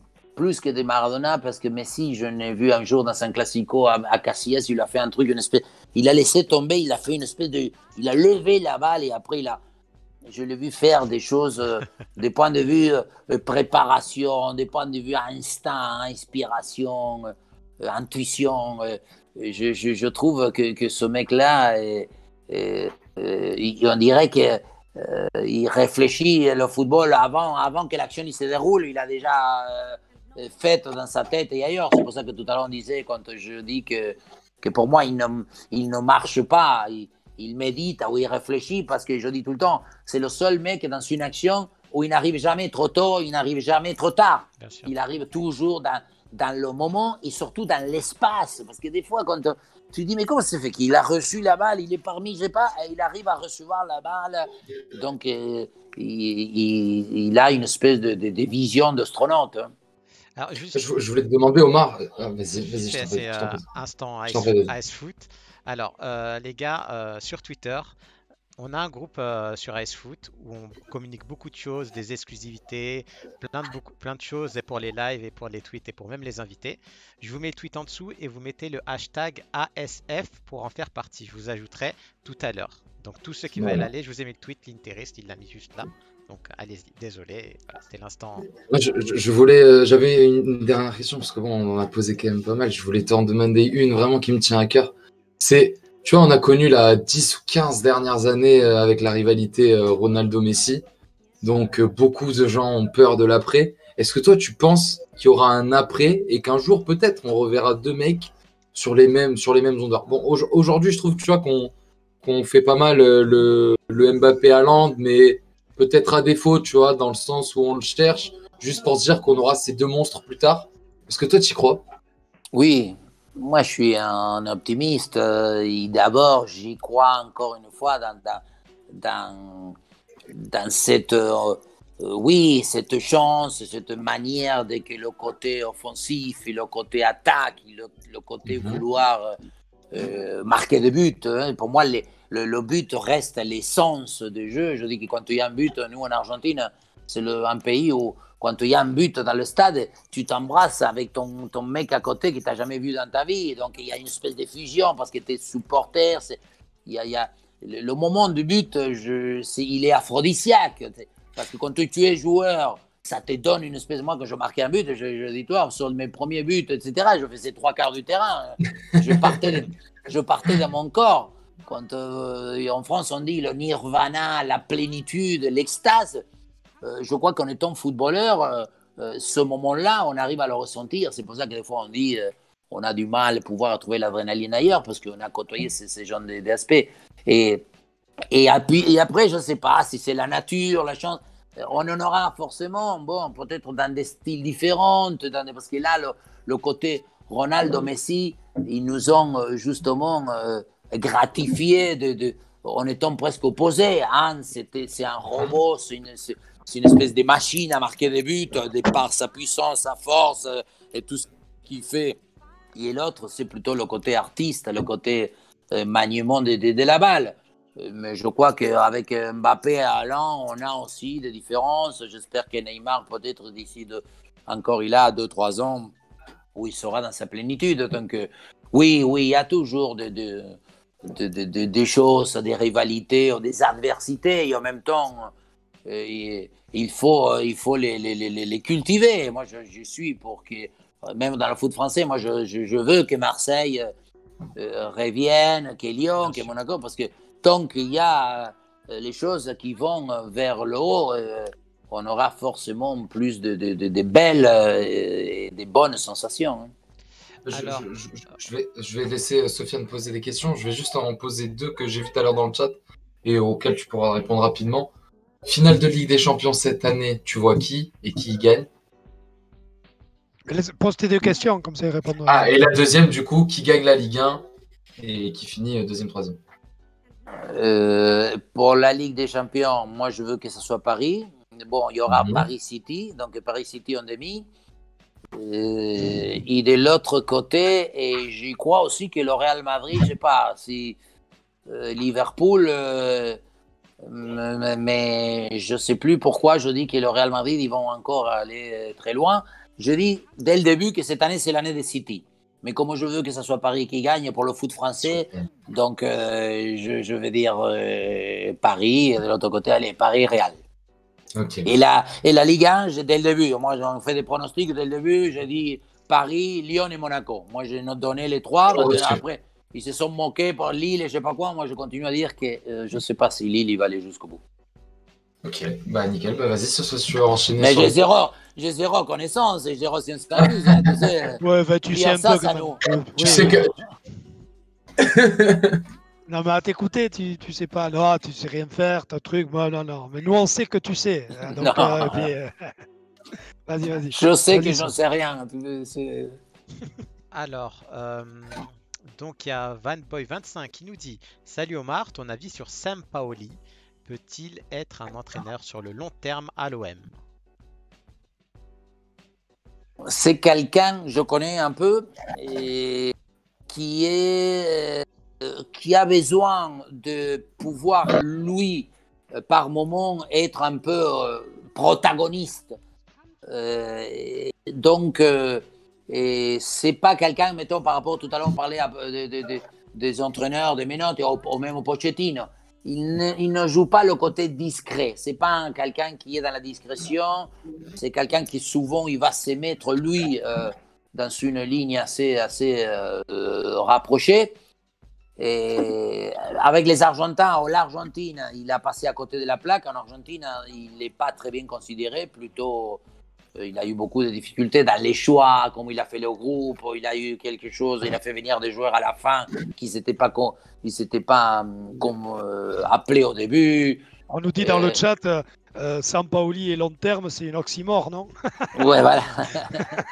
Donc, après, encore une fois, le résultat, le jeu, je ne sais pas, est-ce qu'il va pouvoir, évidemment, je crois, reconstruire un groupe l'année prochaine. Donc, le fait de venir un peu en anticipé, ça peut lui donner quelques possibilités de s'installer un certain temps. Néanmoins, c'est quelqu'un qui va vouloir jouer les spectacles. Ce n'est pas quelqu'un qui va jouer pour défendre, il ne va pas... Dans ce rôle-là, on aura des belles choses à voir parce que Marseille, ils vont essayer de jouer un football, d'audace, et des risques, et pour le côté visuel pour les spectateurs, je pense que c'est évidemment mieux. S'il arrive à faire reproduire le jeu du Chili de 2016, ce serait pas mal. Oui, mais c'était, voilà, oui, bien sûr. Ah non, et même à Séville, au début, ça avait été, c'est ce qui lui a permis, parce que le fait de faire jouer Séville, c'est ce qui lui a permis de l'Argentine, parce que comme ils ont dit, sauf qu'après, avec l'Argentine, je ne sais pas s'il a passé par des moments de doute, ou je ne sais plus, je ne connais pas exactement les motifs, mais avec la sélection, avec l'équipe d'Argentine, en ayant du matériel et des très bons joueurs, il a fait où il a pris des options assez rares à comprendre. On relève encore une ou deux questions. Voilà, après, on passe à deux questions de tradi qu'on a l'habitude de faire. Et après, on va te libérer aussi. On adore passer, mais tu sais. Oui, évidemment, ça fait 2 heures. Je ne veux pas te vanner, mais on sait que tu as 63 ans. Hein, on veut pas... Et après, on va se faire taper dessus. 62. Il ne regarde pas les matchs de Bordeaux. Regardez les matchs de Bordeaux. On aurait dit qu'il en aurait 90, sinon. Il serait fatigué, terrible. En fait, j'ai 18 ans, moi.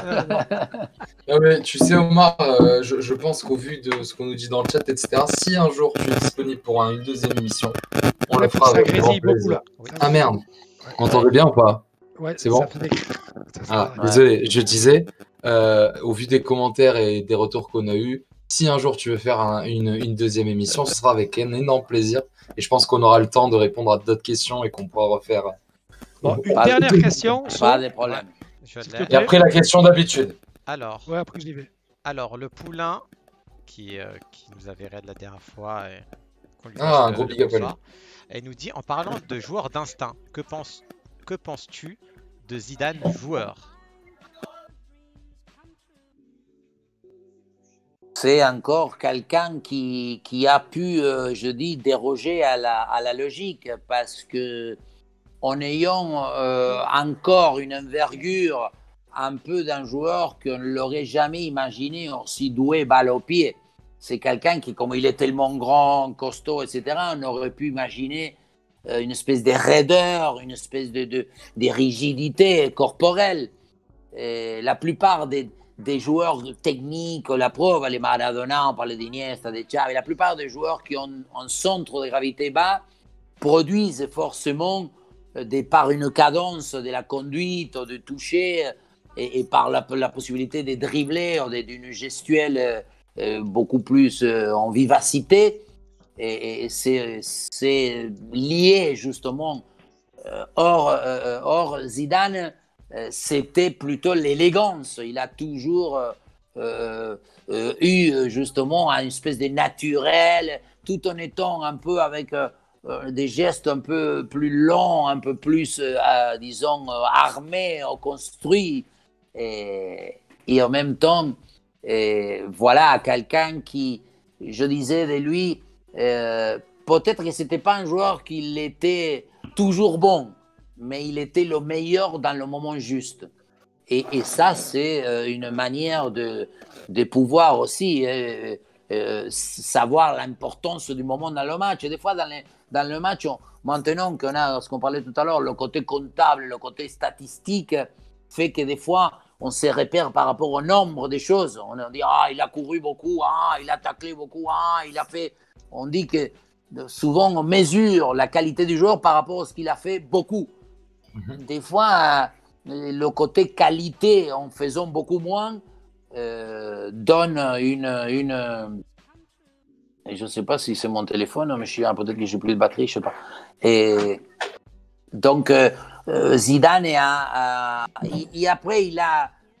je crois que quand tu donnes parce que ça dépasse le cadre proprement du footballeur. Je crois que Zidane, en ayant joué dans deux pays où le football est roi, et avoir eu cette, oui, je disais, dimension, il a touché l'excellence de par cet aspect, mais aussi il a produit et il a laissé une espèce d'exemple, de manière d'être comme personne, en ayant joué au Real Madrid et à la Juve, et que le public, que les journalistes, que les supporters, qu'il y a une unanimité en dehors de France, parce qu'évidemment qu'en France, à la limite, c'est plus logique, et ça donne encore une fois, et ça représente ce que Zidane a donné. Moi, je dis tout le temps, il y en a beaucoup qui accompagnent le football. Je trouve que Zidane, il a grandi le football, et pas l'inverse. Ouais, excuse-moi, non, mais juste parce qu'on a deux questions de tradi. Alors, je vais te poser la première question de tradi qu'on a traditionnelle dans notre live. En fait, on est friand, c'est ça qu'on aime chez nous pour partager, comme tu disais, le foot c'est partage, la passion. On aime beaucoup les anecdotes. Alors, est-ce que tu aurais une anecdote rigolote ou complètement absurde qui te soit arrivée, marrante, c'est possible que tu puisses raconter évidemment, en soirée, au stade, un truc, une fête que vous avez fait, ou un truc que tu peux raconter, si tu avais une anecdote à nous donner. Je vais vous raconter une. Quand on a été champion avec Paris Saint-Germain au Parc des Princes, on a eu comme prime du championnat une petite voiture avec un turbo. C'était une, je ne sais pas si on peut dire la marque, je ne sais pas, 5. Oui, Renault 5 avec turbo. Et il y avait une esplanade. Maintenant, le parc, ils ont beaucoup fait des travaux, mais à l'époque, il y avait toute une esplanade devant le parc. Donc, il y avait toutes les voitures comme ça, ils nous ont donné les photos, etc. Mais c'était un turbo. Et tu vois, apparemment, c'était un truc de fou. Tu appuyais, boum, il n'avait pas avec la carrosserie, la puissance, c'était pas. Et un joueur, Franck Tanasi, je me souviens, dans les années, il est monté, il a voulu faire le boum, il est parti contre le grillage, et nous, on était dans le Donc le prix, ça lui a pas duré beaucoup, mais bon, c'était une bêtise parce qu'on connaissait pas grand-chose non plus en voiture nous à l'époque. Moi, j'en avais entendu une avec juste vous qualifiez avec Vélez je crois en Copa Libertadores. Et un truc dans le vestiaire avec des journalistes qui arrivent et tout ça, il n'y avait pas un truc comme ça aussi? Ou vous êtes en train de fêter? Non, il n'y avait pas un truc comme ça, vous étiez en train de fêter, et puis bon, le seul truc, c'est que les journalistes sont rentrés, et vous étiez un peu en tenue d'Adam, et le lendemain, des photos. Il n'y avait pas un petit truc comme ça? Oui, mais bon, ça, c'est pas très rigolo. Oui, mais c'était rigolo à l'époque. Oui, mais quand tu le mets dans le contexte des débuts des années 80, je pense que c'était. Non, mais c'est des choses, évidemment, c'est plein de choses quand je raconte en plein de domaines, ils ne peuvent plus exister, on ne peut plus les imaginer, ce que je disais par rapport à Maradona, parce que maintenant, tout est contrôlé, tout est fermé, et on se cache, les entraînements à huis clos. Nous, le mot huis clos, je n'ai jamais entendu. Mais nous, on s'entraînait, le vestiaire, ici, on gagnait tout le monde. Donc, évidemment, on parlait tout à l'heure des insouciances, des naturels, il y avait zéro protection en rien. Donc, il n'y avait pas de téléphone portable. Donc, on faisait, en plein de domaines, on s'est laissé maintenant de ce côté-là. Je dis tout le temps, le joueur maintenant, il a une espèce de poids beaucoup plus important parce que forcément, il doit se contrôler et se retenir de quelque chose, ce n'est pas toujours facile. Enfin, surtout quand tu gagnes, tu es dans l'euphorie, dans l'énergie, tu as envie de chanter, le bruit, les odeurs, tout. Et on te dit, attends, je ne sais pas si quelqu'un il filme. Donc, c'est pas pareil. Bon, et ensuite, la deuxième question traditionnelle, en fait, on demande toujours. Juste avant ça, les gars, après, en fin de live, on ira arrête, donc ne partez pas avant cette question. Après. Et puis après, vas-y. En plus, après, on va le saluer, en plus. C'est après qu'on allait le. Bien sûr. Mais voilà, vous inquiétez pas, à la fin, voilà, ne quittez pas, on partagera, sur. Oui, voilà. En plus, je ne sais pas, parce qu'il me marque que j'ai plus autant, je l'ai cherché au max, mais il me met que j'ai moins de. Oui, ben de toute façon, on finit bientôt. La question. Parce que vous êtes sur vos ordi, vous. Moi, je suis sur mon téléphone. Oui, la question tradie, en fait, c'est. On demande en général si tu avais 3 invités à nous conseiller d'invités qui sont dans l'esprit, qui aiment parler foot. Alors, tu sais qui c'est qu'on a déjà eu, on en avait déjà touché 2 mots. Que ça soit des joueurs, des consultants, des entraîneurs. Voilà, si tu avais 3 personnes à nous conseiller de faire venir. Bon, il faut. Là, j'ai pas de réflexion, mais bon, moi, je suis un peu en plus de la vieille époque. Moi, je suis ami et je connais Didier Roustan. Didier Roustan, il m'a fait une interview en 1982-3, lorsque lui, il était à Téléfoot. J'ai encore, par exemple, parlé des cassettes, je l'ai, la cassette. Donc, je le connais, on se connaît, on se côtoie. Et il a un instinct aussi très latin, j'aime beaucoup. Je sais pas, bon, je parlais tout à l'heure de Darren Tullet. Darren Tullet, c'est un anglais, mais il a rien d'anglais. C'est un mec, voilà, très, très ouvert, simple et humble, et puis logique. Et puis, comme il a plein d'anecdotes, lui, avec les anglais aussi, il peut être rigolo. Et je sais pas, bon, Da Silva, il faut l'inviter, Da Silva. Tu sais qu'on nous l'a beaucoup demandé aussi, hein. Moi, je l'appelle le petit, c'est toi, parce qu'il est un peu petit, mais bon, il s'énerve un peu, donc il faut. Écoute, voilà. C'est nickel, et puis. Bon. Ben, c'est super. Alors, juste là, ce qu'on fait traditionnellement aussi, donc Leandro va dire au revoir, Sofiane va dire au revoir, je vais dire au revoir.